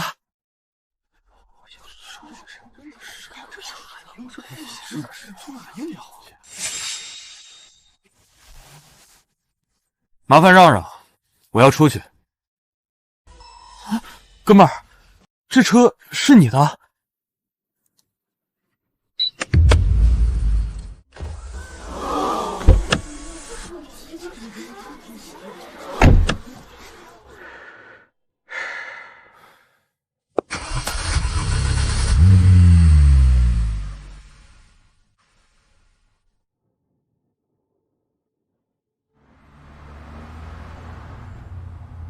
这全校型注目领的感觉是真爽，但踩着别人台子装逼，心里也是真发虚。还好没人在停车场录像，最多就是学校里多出几个误会我是车主的八卦，随便糊弄过去就行。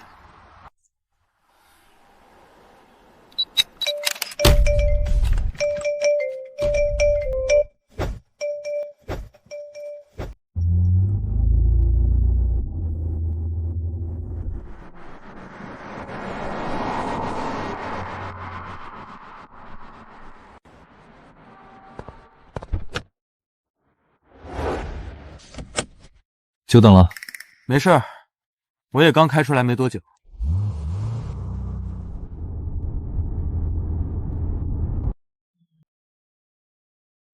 你那台新车什么时候买的？刚买的。刚买的？上午刚嫌宾利太高调惹麻烦，没一会儿新车就已经落地准备上牌了。方叔，我想换台车，想要什么样的？低调，开着舒服，坐着舒服，安静。行，我来安排。你1个小时后去车管所就行，剩下的你不用管了。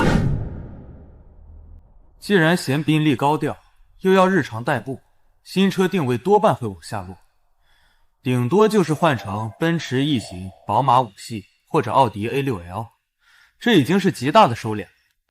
今天帮他把这辆惹眼的宾利开出学校，还深度参与换车流程。在他面前，我终于不再是那个幼稚少爷，而是能办事的人。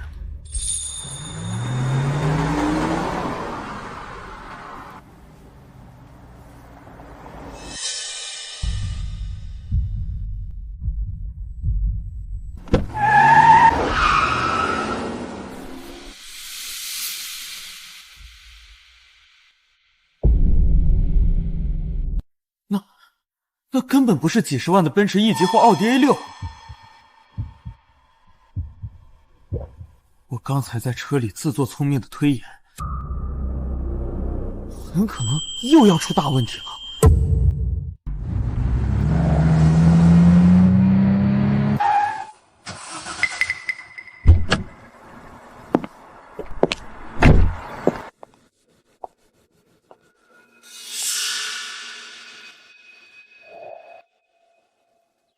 陆先生您好，我是方会长的助理，您叫我阿强就行。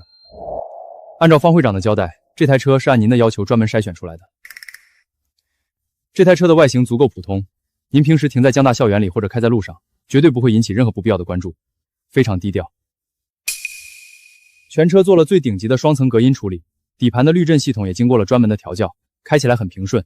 副驾和后排的乘坐体验也能保证绝对的舒适和安静。相关手续半个小时前我已经全部替您打好招呼了，正式的车牌需要您亲自去车管所办了。多少钱？陆先生，车款和手续费用一共235万。会长特意交代过，让您不用着急管费用的事情。晚点我会把车款直接转到方叔的账上，你回去如实告诉方叔就行。明白，陆先生，我会如实向会长转达您的意思。知道静园吗？知道，陆先生。麻烦你把那辆宾利开回静园的地库里，到了以后车钥匙直接交给物业管家就行，不用再特意联系我确认。好的，陆先生。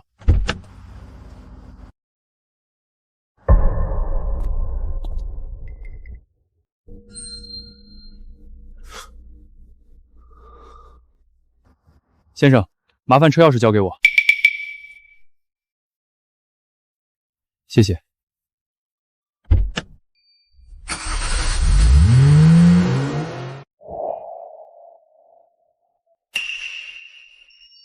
你换了辆大众帕萨特？你换了辆大众帕萨特？辉腾对标奔驰 S 级，方志远安排这车，我还嫌高调。现在看来，这年头不怕大众带字母的梗还没普及。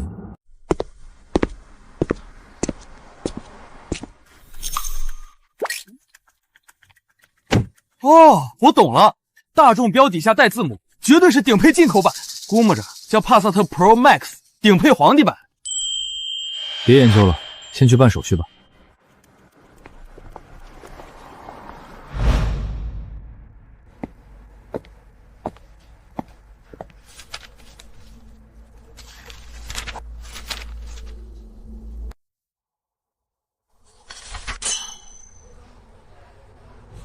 连号都不用取，不到10分钟全办完了。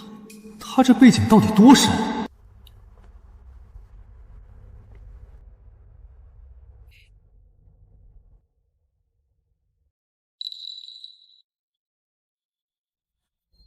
子昂，你帮我选吧。我只有一个要求，别选带6和带8的号码，越低调越普通越好。老陆，你有点杞人忧天了吧？咱们这是绝对的10选1随机机制，只有一次机会，遇到什么号全听天由命。你放心，就这系统的随机尿性，你想高调都高调不起来。我闭着眼都能给你挑个最普通，扔进车堆里都找不出来的好。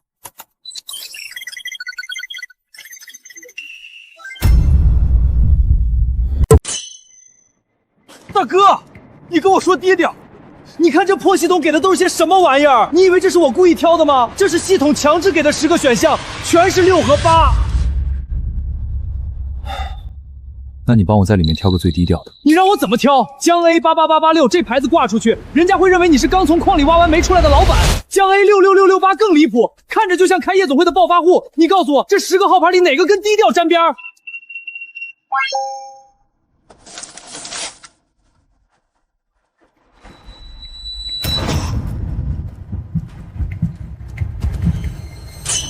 这根本不是随机号，这绝不是随机号。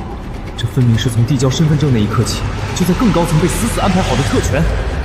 我简直就像个不小心误闯天家牌桌的蝼蚁，被一股看不见的高层力量按在地上摩擦。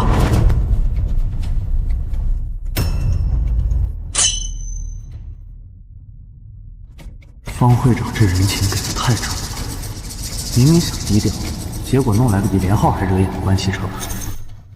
你咋选了这么高调的串牌号？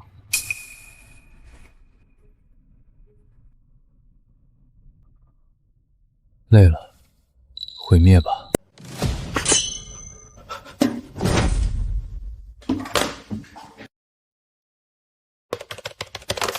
小刘，立刻马上把系统里我之前让你留着的那几个运油麻牌号码全都给我放出去！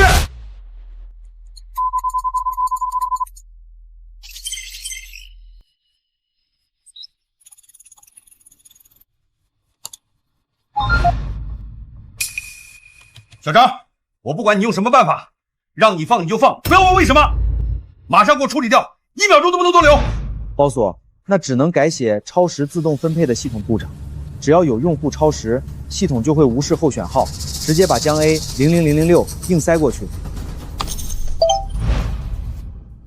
我那辆迈阿密蓝的保时捷718，在这辆挂着0006的顶配帕萨特面前，连个屁都不是。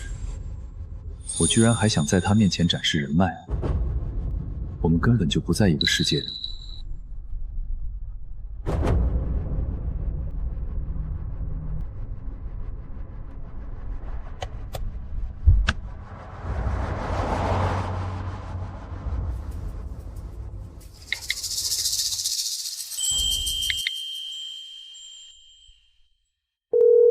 喂，你好，沈老师，我是陆川。陈校长上午说让我有事联系您。是陆同学啊，校长交代过，你有什么事儿？我换了台新车，想在你这边录一下信息，办个校园的长期通行证。好的，陆同学，您把车型和车牌号报给我，我马上在线系后台给您录入权限。大众辉腾。辉腾，陆同学，这是大众新出的型号吗？就一辆大众轿车。好的，大众，车牌号是江 A 00006。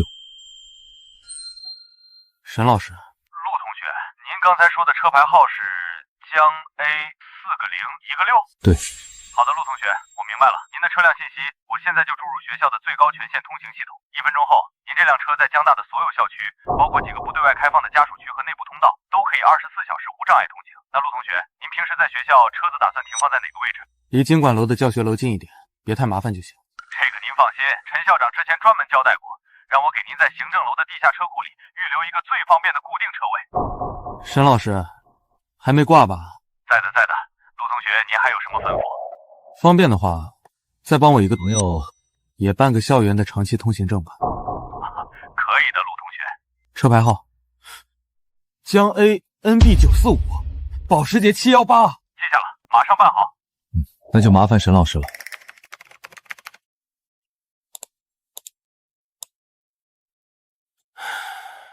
校长，您之前交代的那位陆川同学，他联系我了，我已经按您的意思把他的通行权限全部开通了。另外，我把您的专属1号车位也腾出来给他了。校长，是这样的，陆同学打来电话说他换了新车，是一辆大众辉腾，车牌号是江 A 00006。你说什么？江 A 00006。校长，这牌照绝对不能按普通学生对待呀。行，我知道了。老沈，这事儿你做得很好。这一届新生里，有个京城来的年轻人，不简单。陆同学，临时让你上台，没问题吧？这辆辉腾，这块00006的车牌，是他对我上午试探行为的一记最凌厉的下马威。我问你个事儿，你之前跟我提过的那个陆川，刚刚录了学校通行证的车牌。怎么了，老陈？3个小时前不是刚通过电话吗？他换了辆新车，大众辉腾，车牌是江 A 00006。你说多少？00006。他说想要换台低调点的车，辉腾是我安排的，但这块牌照我不知情。在江城，能不动声色地把这种级别的牌照直接落到一个大一新生的名下，这种能量已经不是我能碰的了。老陈，你先别慌，也别自己瞎猜，这事我来想办法。我去打听打听，这块牌到底是从哪个神仙手里流出来的。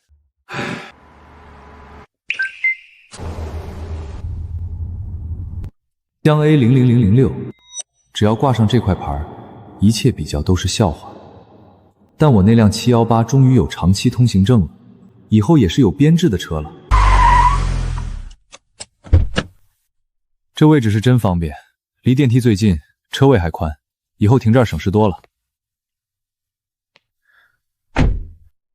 老陆，我那718以后真不用登记了吧？都录进去了，问题不大。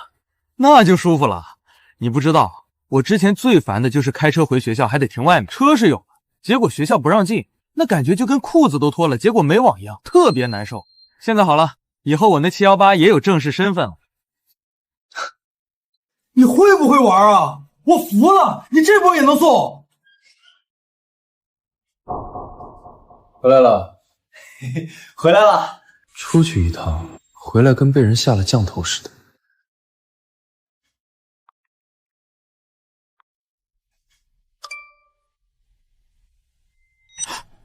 235万就这么转出去了，连个停顿都没有。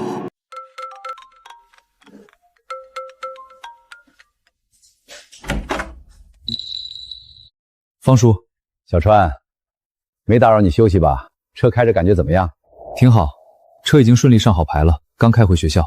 还有235万的车款，我刚才已经转到您账户里了。这次真的要谢谢方叔，特别是上牌，您安排的很利索，一点时间都没浪费，非常顺利。车你觉得合适就好，手续上的事儿底下人去跑，没给你添什么额外的麻烦吧？特别是那块车牌，没有麻烦，确实很特别。车和车牌的事情我都记着，以后有机会，这份人情我一定还上。这是在点我，他知道车牌不是我办的，这是把他背后家族的操作当成人情打包送给我，让我当白手套。小川啊，有些事儿其实大家心里都有数，话就不必说得太透了，你觉得呢？您这件事就不必再往外说了，低调点最好。车牌就当是正常的流程办下来的就行。小川，你放心，这点小事儿在我这儿绝对不会出问题。你就安安稳稳的在学校里念你的书，外面的事儿有方叔替你处理。那就麻烦方叔了，改天有空我去拜访您。好，一言为定。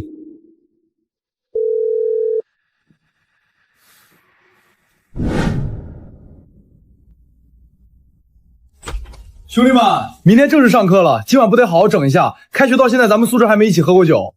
行，今晚我请，想吃什么随便挑。那不行，你军训都请过红牛了，今天这顿说啥也不能让你来，我请，别跟我抢。我虽说穷点，但请兄弟们撸串喝啤酒绝对没问题。行了吧，你那点生活费留着多吃2顿排骨饭吧，轮不到你硬撑。要不我来吧。千万别！你上次在水会前台台刷了5万8，眼睛都不眨。今天要是再让你出，我这脸往哪搁？就是，一帆，你快收了神通吧。那我请吧。好嘞。不是，按正常流程，你们不该先稍微拒绝我一下，再提 AA 吗？那哪能一样？你小子藏那么深，请顿饭当封口费完全没毛病。你瞅瞅你干的这些事儿，几百万的白色宾利叫二手代步车，车牌江 A54321，全校在表白墙上找你，你坐宿舍里连个屁都不放。还有今天新生大会，你是新生代表，连校长都在几千人面前公开跟你开玩笑，你还能去校长室喝茶？今天这顿饭我们要跟你客气，那就是对自己的不尊重。行，走撸串去，再整点小皮皮。妥了。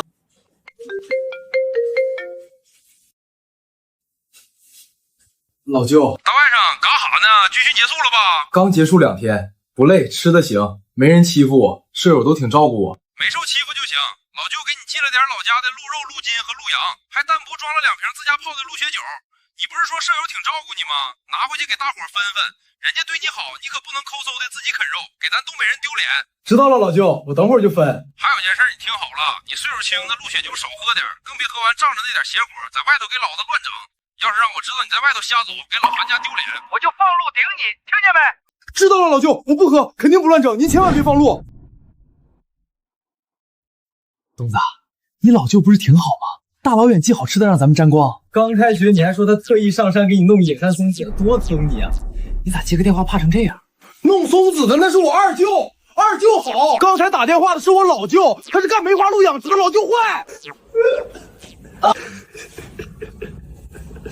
你们以为我愿意怕鹿啊？小时候天天在老舅梅花鹿养殖场见，揪鹿毛抢饲料。后来老舅直接放出脾气最暴的那头，我连跑都没来得及，被从草垛顶飞2米远。大老爷们让鹿给撅了，真他妈丢人。从那以后，老舅拿这事拿捏我一辈子，不写作业放鹿顶我，惹事放鹿顶我，连哭穷要生活费都威胁记录。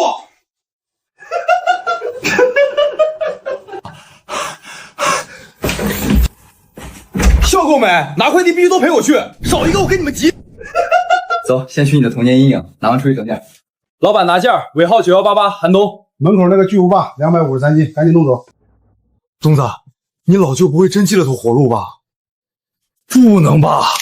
我今天非得拆了它。还好，鹿茸鹿血酒应该压底下了。我去！他看我，他在看我，老舅这是报复！东西在这儿。宿舍没冰箱，这天气放一晚全臭了，到时候整栋楼都得跟我们绝交，绝对不能弄回宿舍。200多斤鹿肉烂在5楼，直接变生化危机现场了。晚上撸串取消。我知道一家做鹿肉的馆子，剩下的放他们冷库里，偶尔去吃一下。我跟车，你们打车跟上。师傅，去青鹿宴。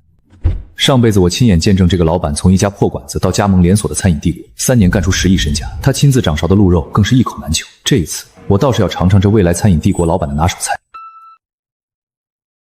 青鹿宴，这店火吗？压根没听过。几位晚上好，有预约吗？没有，找你们老板。请随我来。